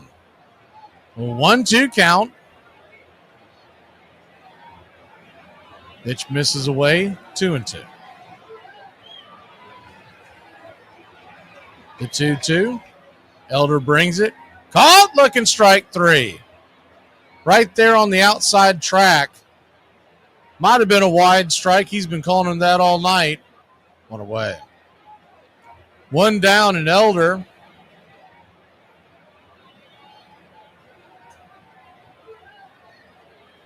trying to get through the 6th inning. First pitch on the way to Aranda is right there for a strike. It's 0-1.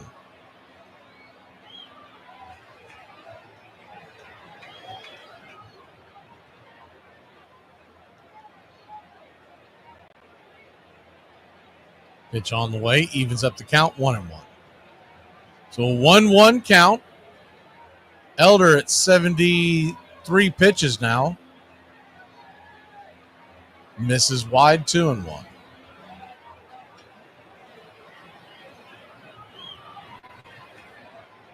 The 2-1. Sinker brings it high and inside, 2-2. We're getting bad storms here, if you can hear that in the background. Lights are flickering, so we'll see if we stay with you. The 2-2. Time is called. Rondo wants looks like he might have had something in his eyes, wiping it out for a second. This is the first at bat he's had where it's taken more than one pitch to get him out. He grounded out in the first 2 pitches he's seen tonight. The 2-2. Caught looking, strike 3, got him, top of the zone. 2 down.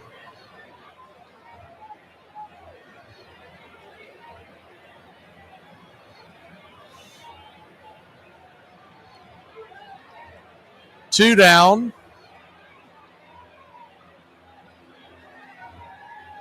Morrell, your batter. Righty, first pitch on the way, swing. Rips it down the left field line. Bangs just foul. Goes back into fair territory. There's a jetted out wall down that left field line, and it hit it and then knocked it back into fair territory, but it was a foul ball. 1 run, 5 hits, an error for the Braves. 3 runs, 6 hits, no errors for the Rays. The 0-1 swung on. That ball's belted. If it's fair, it's gone. It's mighty gone. Another home run ball by Elder. His 4th home run given up in just over 9 innings of work this year. And the Braves now trail 4-1. That really wasn't that bad of a pitch. It was down below the knees, but he went down and got it. Might have hung up there a little too long. But it wasn't one of the ones that he's been leaving out over the plate. But Morrell went down like a left-hander and scooped it and slapped it over the wall. 387 feet later, it's 4-1. First pitch on the way. Strike at the knees to Misner. It's 0-1. The 0-1. Right there for a strike, 0-2. Philly and St. Louis are just finishing the first inning. It's 0-0 out there. Mets and A's don't play till later. I believe 10:05 is the first pitch. The 0-2 down our way, 1-2. 1-2 count.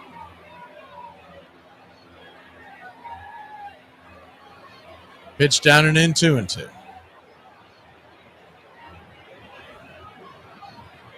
Standing on deck is Jansen. He's already gone yard tonight on Elder, the 2-2.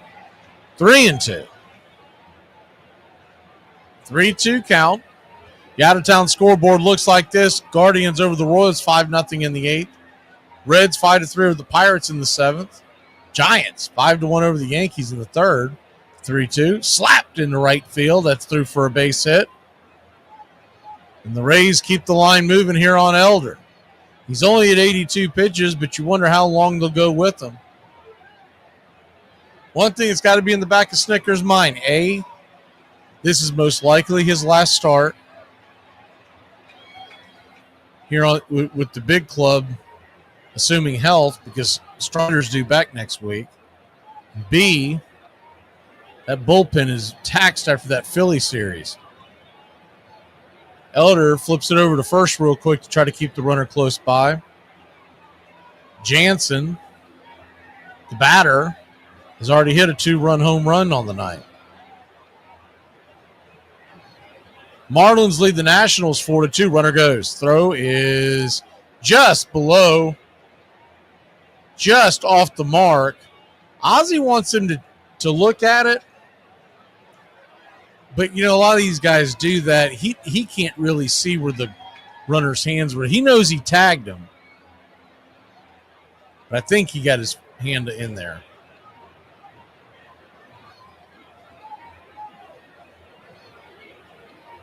It's really close. They'd have to slow it down to get a better look at it. They're not going to challenge it. The 1-0 chops it foul. 1-1. Marlins lead the Nats 4-2 in the 6th. White Sox 2-0 over the Red Sox in the 4th.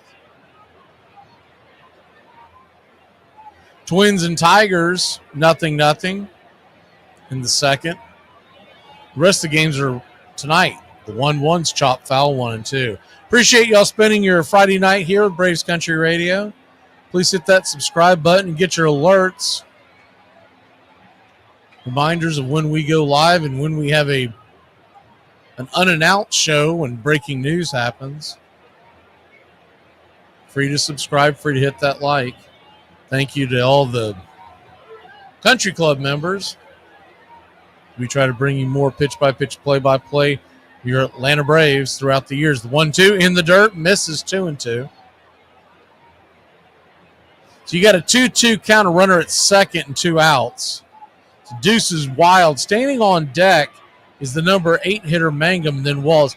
I can't imagine Elder sees the top of the order again. The 2-2 lifted into center field. That's going to be another run. Ball gets down. Harris has no chance to get the ball and no chance to get the center fielder who's speeding around the base paths. The Braves now trail 5-1. Elder at 87 pitches, and no one has gone out there to even talk to him and at least get him a breather. I know he might be taking one for the team out there, but you got to give him a fighting chance. That time, Jansen just kind of poked the head of the bat out there and stuck it out there. Got just enough on it to get it out of the infield. First pitch on the way to Mangum. He swung out of his shoes. Bangs it foul. It's 0-1. Still a long way to go in this one. The Braves can definitely come back in this stadium. The ball flies.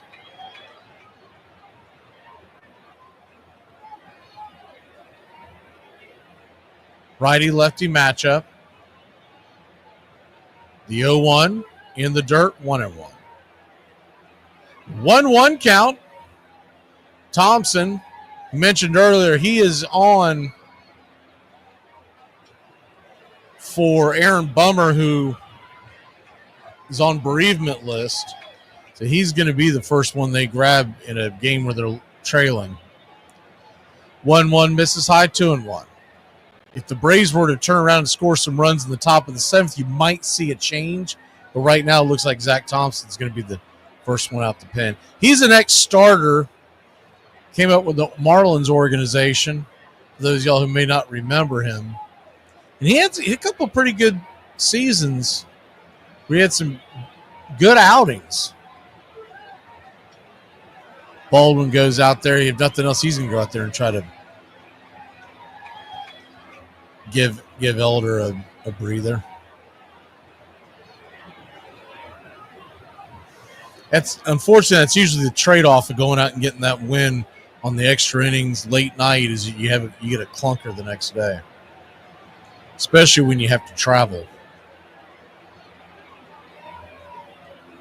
The 2-1 swing fouls it back 2-2.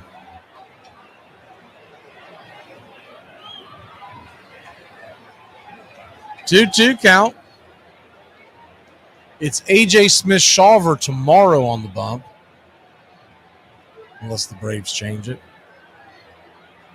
The 2-2 slaps it towards left field. Coming over, making the running catch is De La Cruz, and that'll end the inning. So Elder coughs up a couple more runs. He's given up 5. We're through 6. We'll head to the 7th. And a 5-1 affair here in Florida. These are some things that I feel like are common experiences people had growing up in Appalachia. Accidentally taking a sip of a drink and you didn't know someone had spit tobacco in it. Your grandma would threaten to spank you with a fly swat. Adults telling you that you're going to go to hell if you don't know Jesus. Going to the flea market on the weekends. Eating honeysuckles. You don't sit your juice box drinking ass down, Summers. Don't be around this grown folk and beer drinking. What we gonna drink? Chocolate milk? It. I get a half gallon. Nestle Nesquik have an ass. I got hair on my ass older than you. Your ass probably can't even get in the bar no how. Better get you a case, come over to the house, challenge accepted. Better not bring none of that Natty Light, Michelob Ultra Booze. You ought to. We go toe-to-toe with a mason jar. And the head get to thumbing. I have Mama lay you down, turn on Nickelodeon for you. When I'm done with it, I'll make sure she cooks you waffles in the morning. We ain't no damn weekend drinkers around here neither. We get up on Tuesday. Before the next pitch, I just said, you got to be quick. You just got to be quick. And Goose to this day says, I was trying to hit you in the neck. And I didn't get it in far enough because the ball was up and in. The set by Gossage. The pitch deep to right field. Holy cow, I don't believe it. Home run for George Brett. And now the Royals have the one-run lead. And I'm crossing home plate, and I vaguely remember seeing Billy Martin up at home plate. I think he's talking to the umpire to go talk to the pitcher for some reason. And Billy Martin, he wants to take a look at that bat. Well, that's a little late. I don't believe it. I'm sitting there, and I'm just minding my own business. I'm going, what are they talking about? Hey, they might have a point here. Thurman Munson was called out after getting a base hit because there is pine tar above the trademark.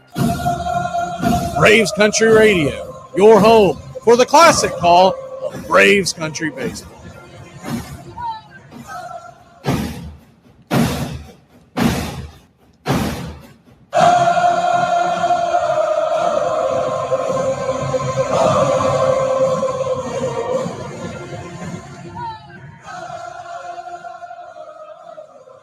Welcome back. Fairchild is in for Kid Kelnick.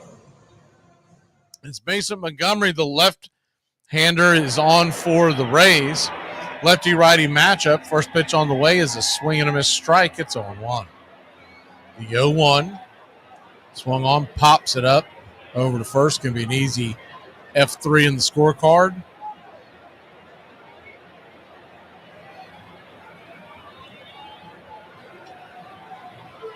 He's got a two-pitch mix of a four-seam and a slider. His fastball comes in at 99 miles an hour, but you're basically sitting on one or two pitches. That'll bring Baldwin to the plate, lefty-lefty. First pitch, 98, right there on the outer track. It's 0-1. Not much of a chance that they would pinch it. Trying to give Sean Murphy the night off after a long night last night, the 0-1. Swing and a miss slider, 0-2. That slider's coming in around 88, so you've got about a 10-mile-an-hour difference on the two pitches. Not a lot of cut on that slider. It's really almost more like a changeup. The 0-2 in the dirt, ball kicks away, and Baldwin is going to jog down to first. They're going to get him. Slow to react, and the ball came back to the catcher pretty quick. Pretty fortuitous bounce. So it'll be a strikeout and then a 2 to 3 put out. Quickly 2 down here in the 7th. First pitch to Arcia is 98 on the outer edge. It's 0-1.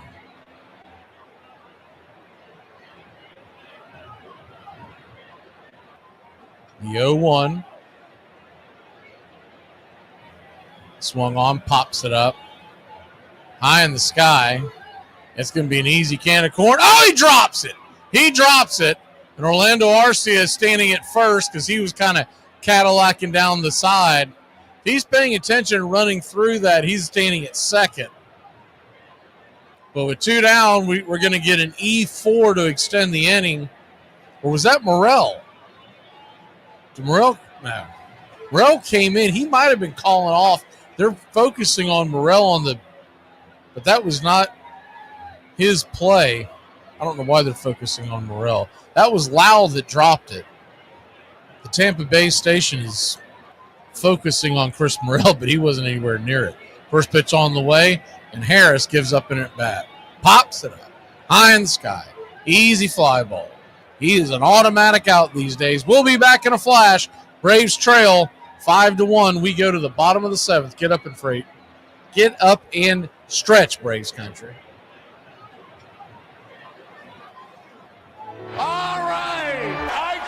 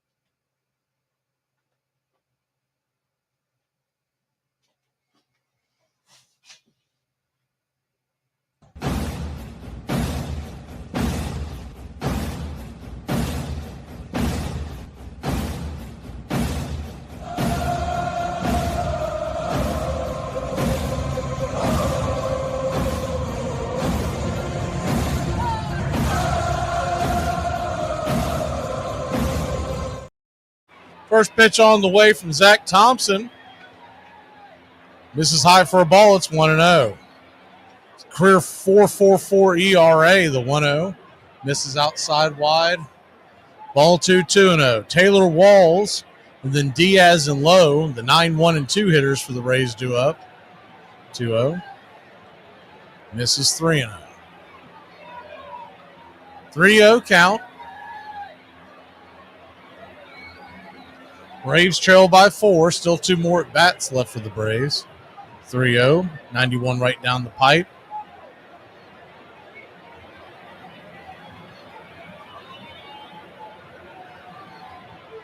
Righty lefty. The 3-1 pitch. 86 misses high, ball 4. So, walks the first man out the pen. That's the last thing you want to see. If you're looking at his repertoire, Zach Thompson throws a five-pitch mix of a cutter, curve, sinker, four-seam, and changeup. Predominantly with that cutter, curve, and sinker and four-seam. He'll sprinkle the changeup in just about 8% of the time. First pitch on the way. Diaz misses outside. It's 1-0. So 5 of the first 6 pitches have missed the zone. Thompson flips it over to first. Runner easily back.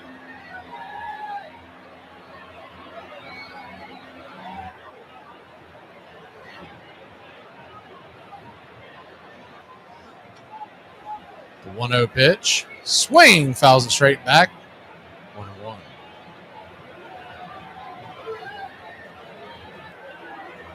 One count.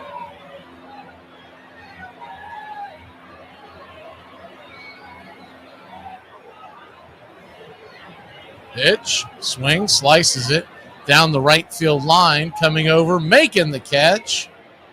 Out there in deep right field is Stuart Fairchild. Route number 1.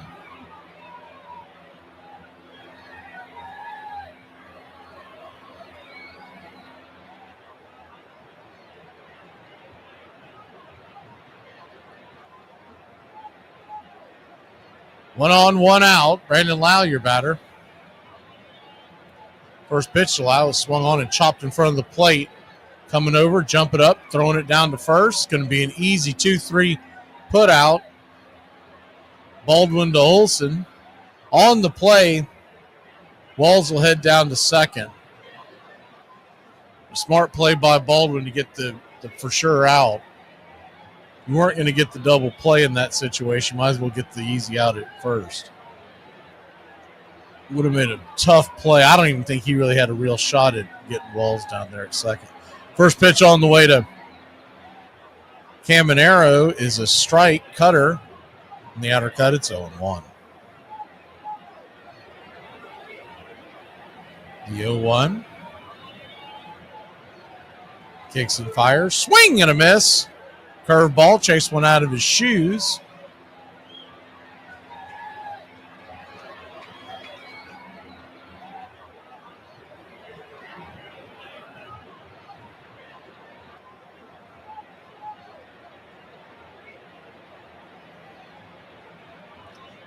So an 0-2 count from Thompson. 12th pitch of the inning. That ball's going to get rattled back foul. Caminero, he was one of the top prospects in baseball just about a year ago for the Rays. They're expecting big things from Junior Caminero. Batting .262 this year. Had dealt with some injuries last year that really sidelined him for a bit as the 0-2. That ball belted down the line. He's had some enormous home runs this spring. He had one in the Grapefruit League that left the building in a hurry in a Tampa Bay home game. The 0-2 in the dirt, ball kicks away.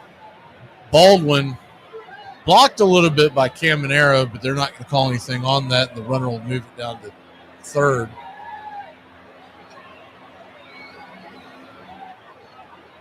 It's a terrible bounce on that. Baldwin did everything right. The ball just kicked to his left. So a 1-2, runner at third. Here's the pitch. Nowhere near the zone, 2-2.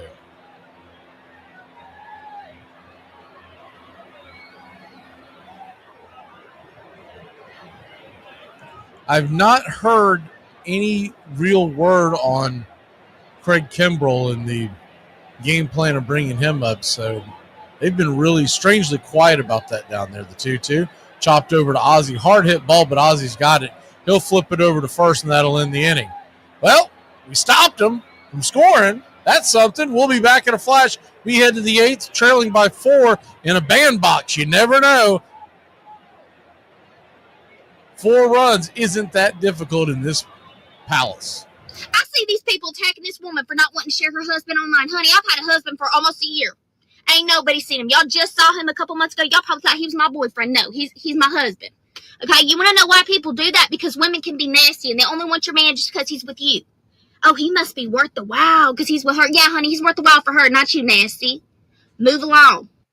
All right, please stop naming your kid after cities where you've vacationed. We spent the most romantic weekend in Paris, and when naming our daughter, it just felt right to call her Paris. This doesn't happen outside the U.S.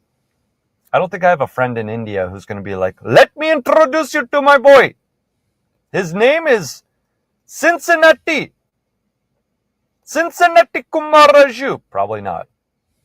I don't think I have a relative in Japan who's going to be like, very, very pleased to meet you. My name is Kentucky Yamaguchi. I don't think so. The week before, Billy Martin had said about George having that bat, and the pine tar was getting higher and higher on the bat. Billy Martin, trying to outsmart the world, waited until after he hit the home run. Come on. This man had hit a ball 9 miles, and you're going to come up with some kind of chintzy deal. Billy always had some kind of an angle. First time in a long, long time I've seen the umpires huddle this long and have a meeting over it. Now that is the plate umpire, Tim McClellan, with the bat in his hand. Now they're going to measure it across home plate. I've never seen this. I never have either. And I leaned over to George. I said, George, I think you're out. I think they're going to call you out. And I'm going, I've never heard of that before, Frank. He said, they call me out, I'm going to go nuts. If he calls me out, I'm going to blankety blank blank. And I'm like, ooh, this is going to be interesting. Hey, Braves Country, this is Mac McGee with Braves Country Radio. We are bringing you pitch by pitch, play by play of your Atlanta Braves all year long. Welcome back to Braves Country Baseball. First pitch on the way from Austin Riley by Uceta is a fastball, wide pitch, called for a strike. That's been the theme of the night tonight. It's 0-1. The 0-1 swing and a miss. Four-seam fastball, 0-2. 0-2 count.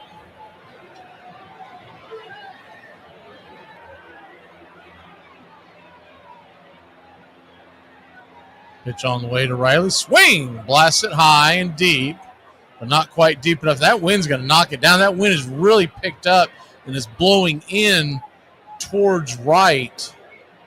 That'll smack it down. Morel will make the catch. One away. He's really done an about-face flip since the sun's gone down. Went from blowing out to right to blowing in from left.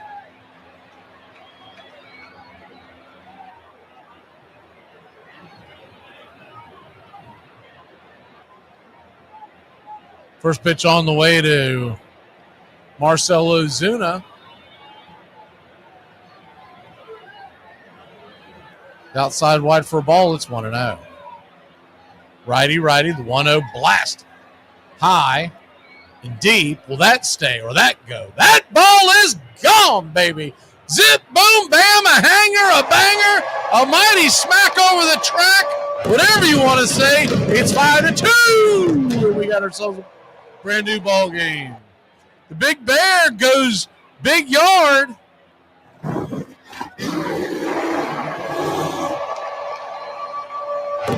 .92-mile-an-hour fastball.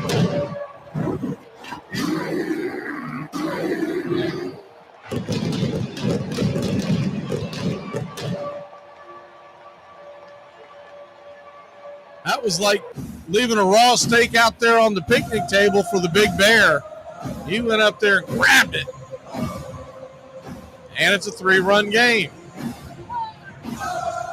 First pitch on the way to Olsen is chopped over to first. Well, that's going to be an easy G3 in the scorecard. 2 down.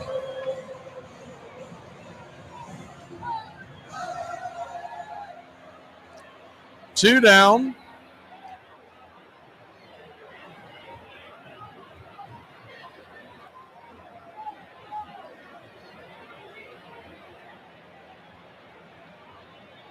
Ozzie Albies your batter. First pitch on the way to Ozzie is down and in for a ball. It's 1-0. That was Marcell Ozuna's 278th home run of his career. It seems like 277 of those had to have come in Atlanta. He just rakes with the Braves. 1-0, swing and a miss, 1-1. 1-1 count. Seta comes set. Brings it. Down and in 2-1. Braves trail 5-2, but a bloop and a blast could make this interesting. On deck is De La Cruz. The 2-1 pitch. Swing! That ball's pelted towards the right field line. That ball is gone. Ozzie Albies, the whiz, baby. Here we go.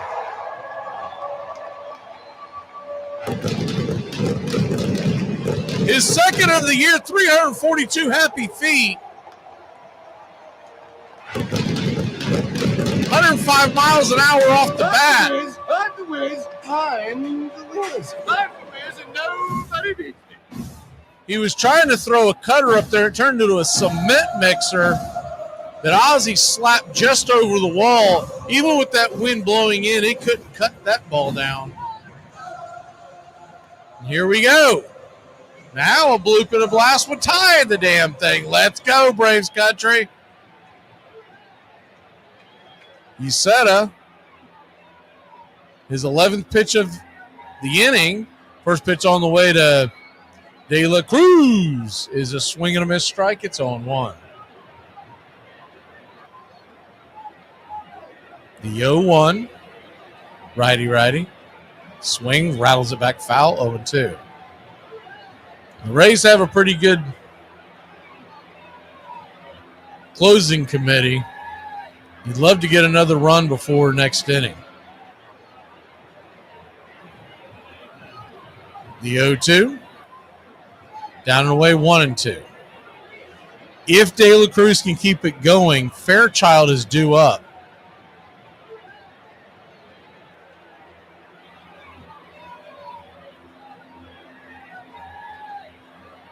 The 1-2. Swing and a miss, strike 3. Foul tipped it into the glove. Jansen, that'll end the inning. About for your Atlanta Braves. Put a couple on the board. We've got the lead in half. It's 5-3. We go to the bottom of the 8th here in Florida. I can talk proper and I can talk ghetto. Both times you heard what the I said. Okay?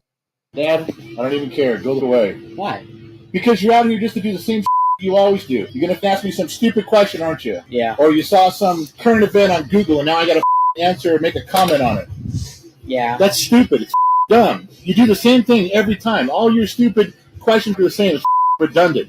What? You think I'm beating off to a dead horse? What did you just say? What? It was just a metaphor, like killing a bird with 2 stones. No, you dude. It's beating a dead horse, you dumb.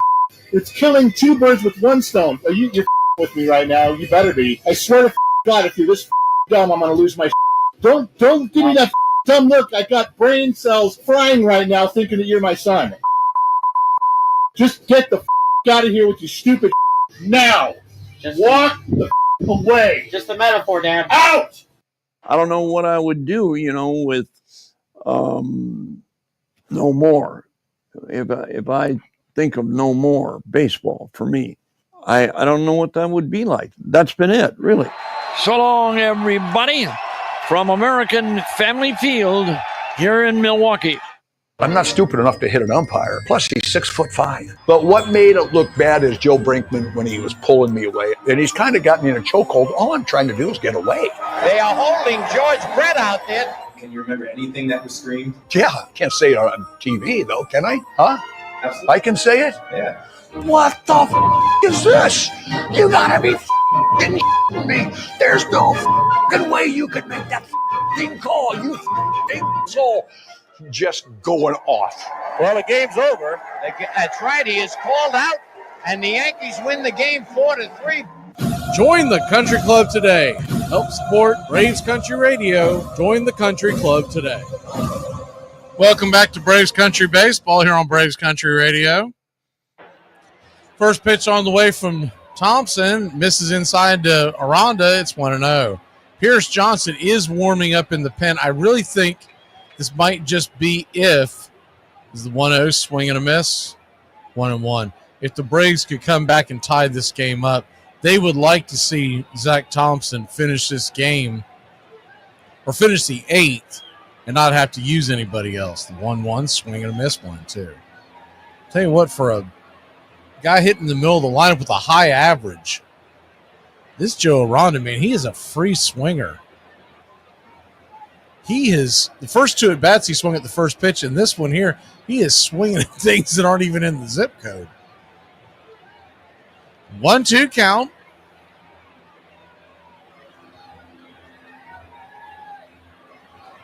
Pitch on the way. Caught, looking strike 3. Might have been a touch high, but we'll take it. Desperate times, desperate measures, 1 away. You're just joining us. The Braves trailed 5-1 till last inning when 2 solo shots, one by Ozuna and one by Ozzie Albies. Real quick around the scoreboard, Cardinals and Phillies are scoreless in the 3rd. Angels and Diamondbacks are 1-1 in the 4th. Minnesota leads Detroit 1-0 midway through that game. And it looks like we're going to get a pitching change. So how about that? Didn't see that one coming. I thought they were going to try to get as many innings as they could out of Thompson, but we'll be back in a flash here on Braves Country.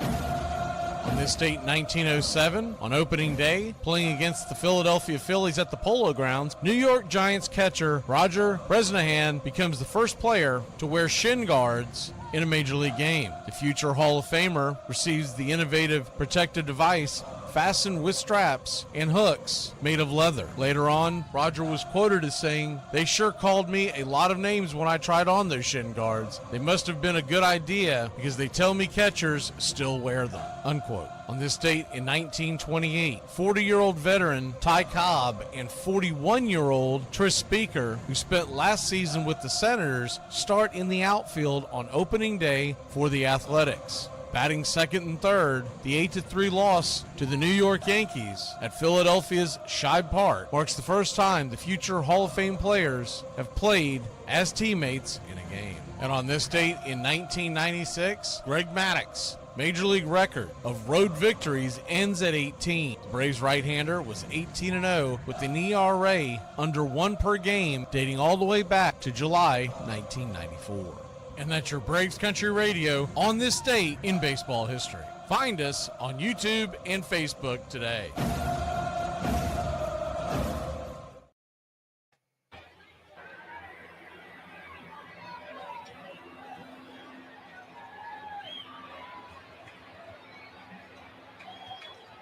Welcome back. Pierce Johnson will come in. First pitch on the way is swung on and swatted into left field, down for a base hit. And Christopher Morel with another base hit. He's now 3 for 4 on the day with a home run. That'll bring Misner to the plate. It's interesting. Maybe it's because of the slow start, but this is not typical for Snicker to go get one of his setup guys trailing by 2 in the bottom of the 8th on the road. I'd say if it was turned, if we were 9-3 as opposed to 3-9, Thompson would have been asked to ride it out. Runner on first, 1 out. Pierce Johnson. This will be his 3rd time being used this week, as he was used twice in the Phillies series. The 0-1. Swung on and ripped back foul. So 0-2. Runner was on the move. Morrell will have to turn back around, head to first.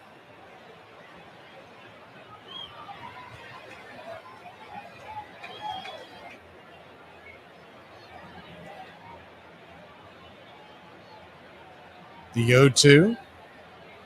Pierce comes set. Kicks and fires. Curveball down off the table. 1-2.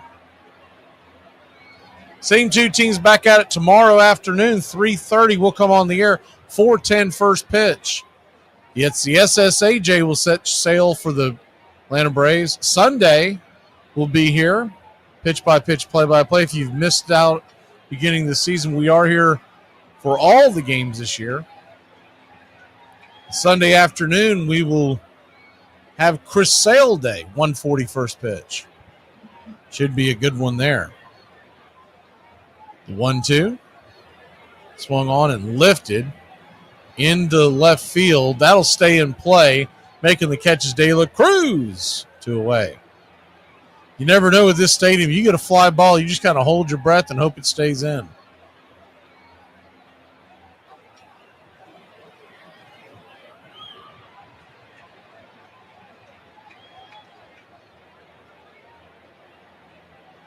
Righty-righty matchup. Jansen, who has a home run to his credit tonight, stands in. First pitch, curveball, runner goes. Here comes the throw down to second. He'll be a touch behind, as that was the bending curveball. No real chance for Baldwin to get Morrell on that one. Morrell timed it perfectly.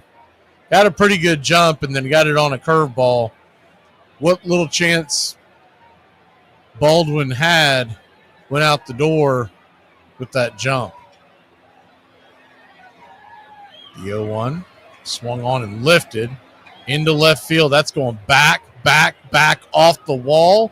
And it's going to be a grounds rule double, an RBI double, and the lead goes back to 6-3.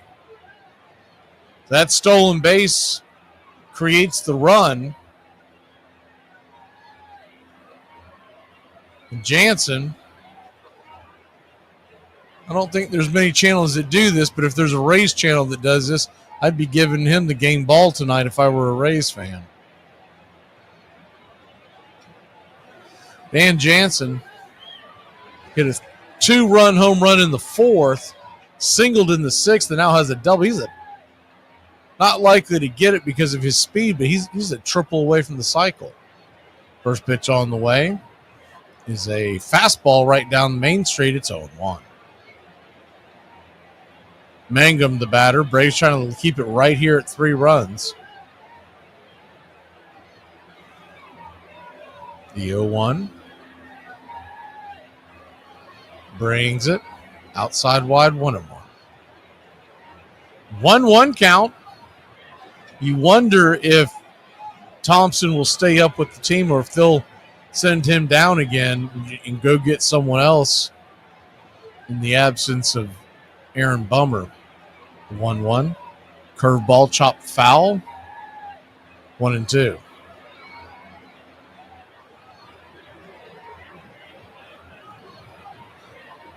One-two count.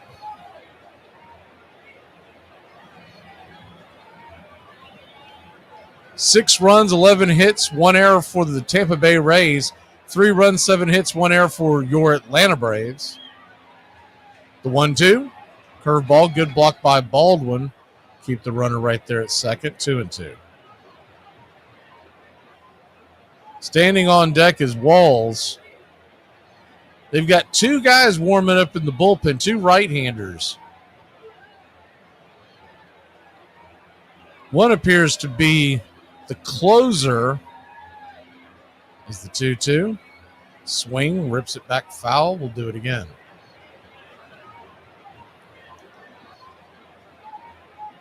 Say they're going to play the game of how close this game is. You get another run here.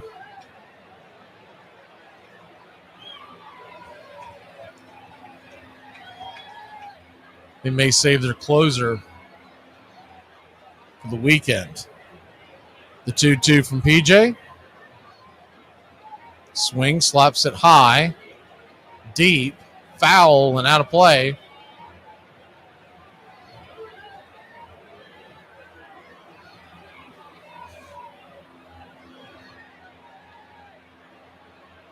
Braves 3, Rays 6.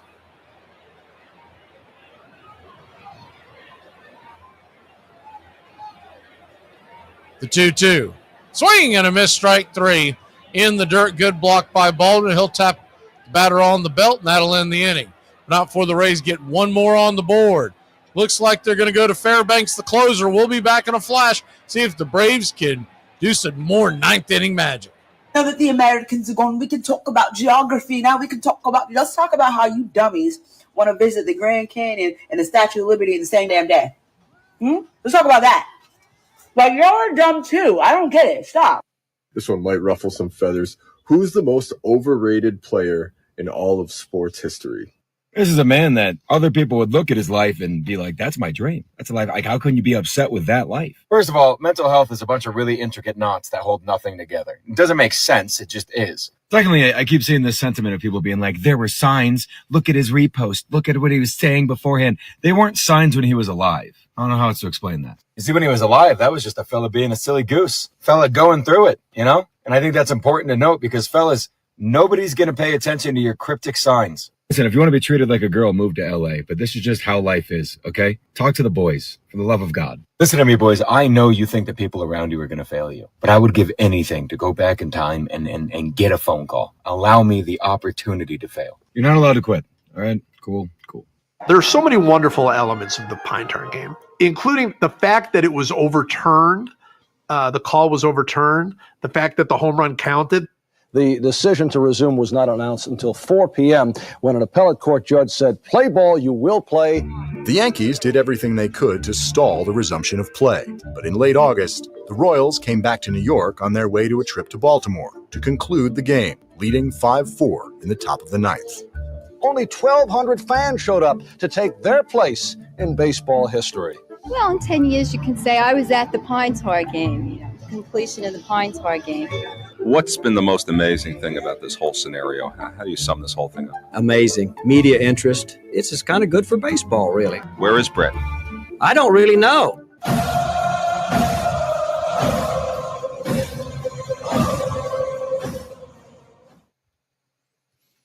Welcome back to Braves Country Baseball. Braves trail by 3. Fairbanks will be the closer. He's a good one. He can bring it.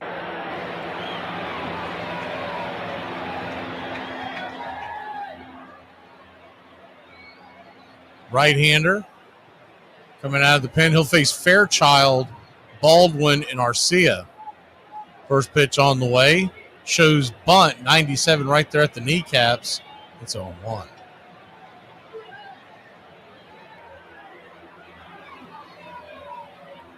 The 0-1.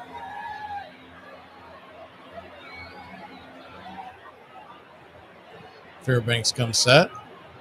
95 just misses outside. 1-1.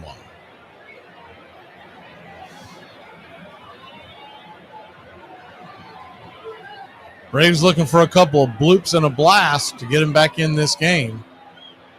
Top of the ninth, the 1-1. Swing. Pops it up. Got well underneath that one. Should be an easy play, but we've seen a couple of mishaps out there. Making the catch. Out in right field is Mangum for an easy out, number 1. It's been a quick ball game. We're sitting at about 2 hours and 10 minutes so far. I'd like to see them at least get one run, and then you just never know what could happen. Start putting the pressure on them. Drake Baldwin, the batter, he's 0 for 3. First pitch on the way outside wide, fastball, it's 1-0.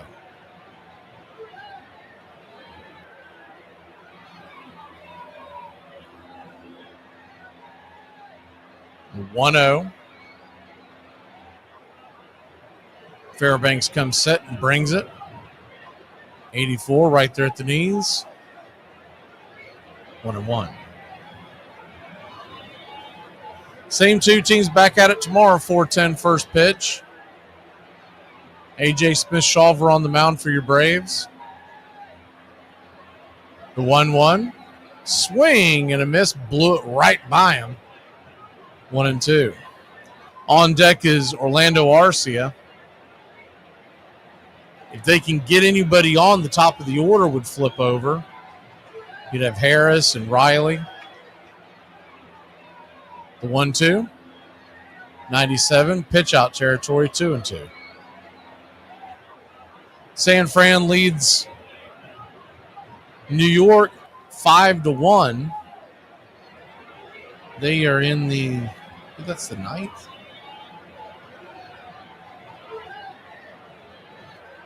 The 2-2. Swing. That ball's ripped into right field. That's going to get down for a base hit. That's going to get down where the green grass grows. Baldwin comes around. He will be at second base for a 1-out double. You got to love the Drake. You don't like the Drake? I love the Drake. How could you not like the Drake? Who's the Drake? The Drake is good.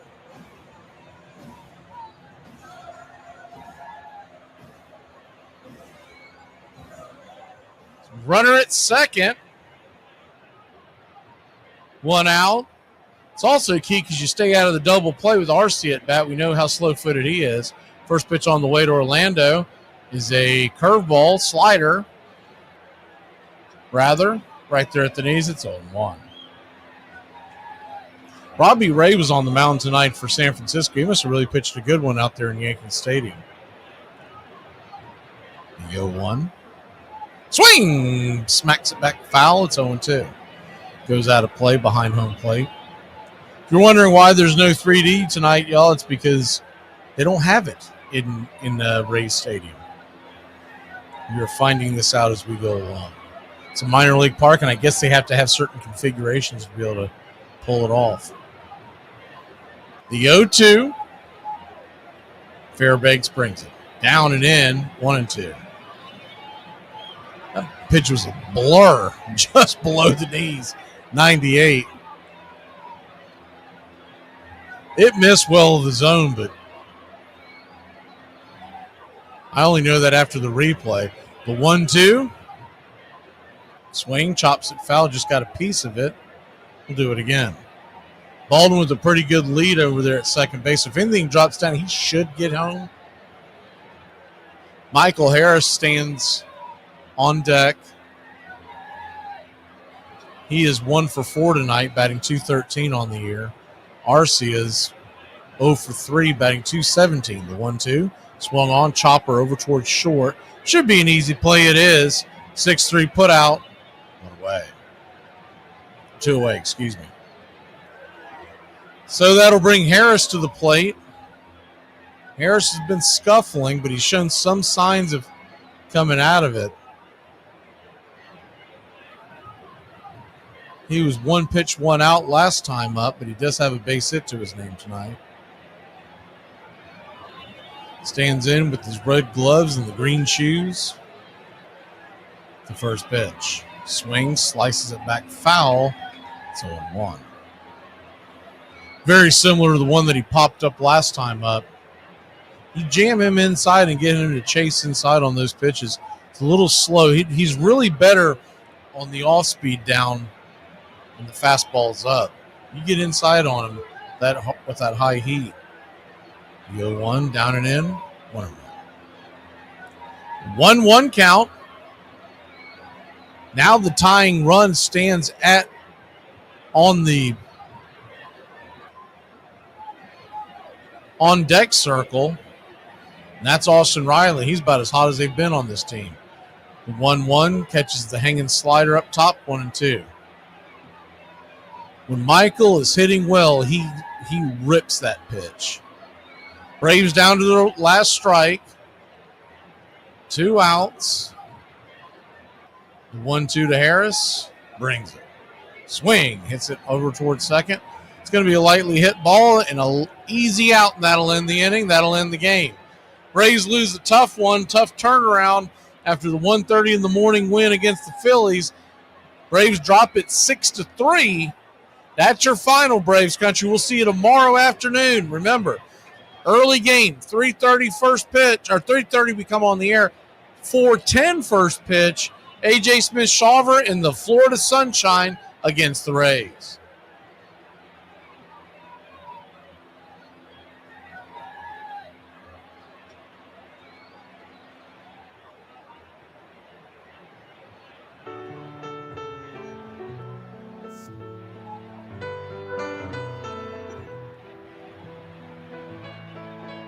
Casey at the Bat by Ernest Lawrence Thayer.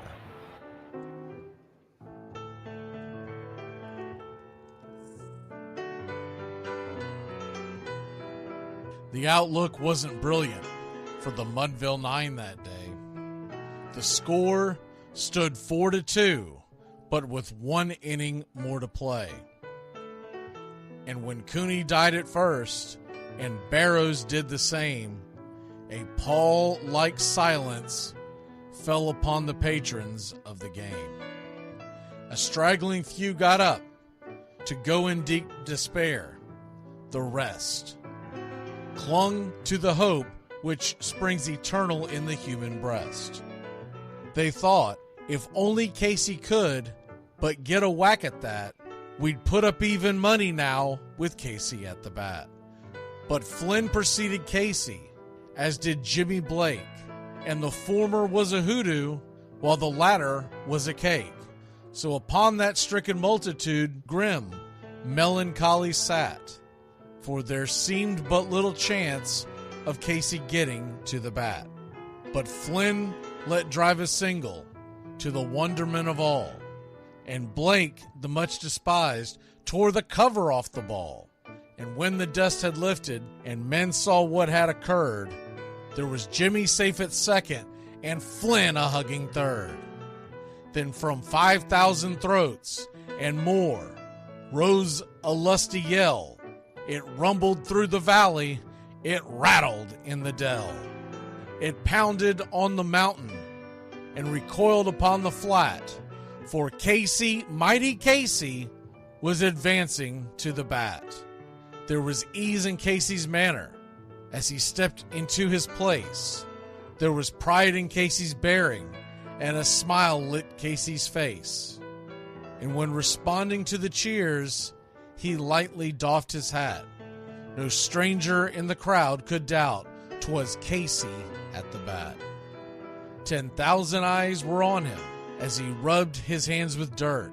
5,000 tongues applauded when he wiped them on his shirt. Then while the writhing pitcher ground the ball into his hip, defiance flashed in Casey's eye, a sneer cooled Casey's lip. And now the leather-covered sphere came hurtling through the air, and Casey stood a-watching it in a haughty grandeur there. Closed by the sturdy batsman, the ball unheeded sped. That ain't my style, said Casey. Strike one, the umpire said. From the benches black with people, there went up a muffled roar, like the beating of a storm waves on a stern and distant shore. Kill him! Kill the umpire! Shouted someone on the stand, and it's likely they'd have killed him had not Casey raised his hand. With the smile of Christian charity, great Casey's visage shone. He stilled the rising tumult, he bade the game go on. He signaled to the pitcher, and once more the dun sphere flew. But Casey ignored it, and the umpire said, "Strike two!" "Fraud!" cried the maddened thousands, and echoed answered, "Fraud!" But one scornful look from Casey, and the audience was awed.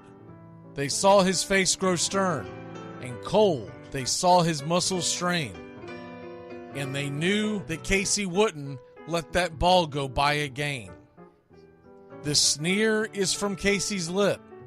His teeth are clenched in hate. He pounds with cruel violence, his bat upon the plate. And now the pitcher holds the ball, and now he lets it go. And now the air is shattered by the force of Casey's blow. Oh, somewhere in the favored land, the sun is shining bright.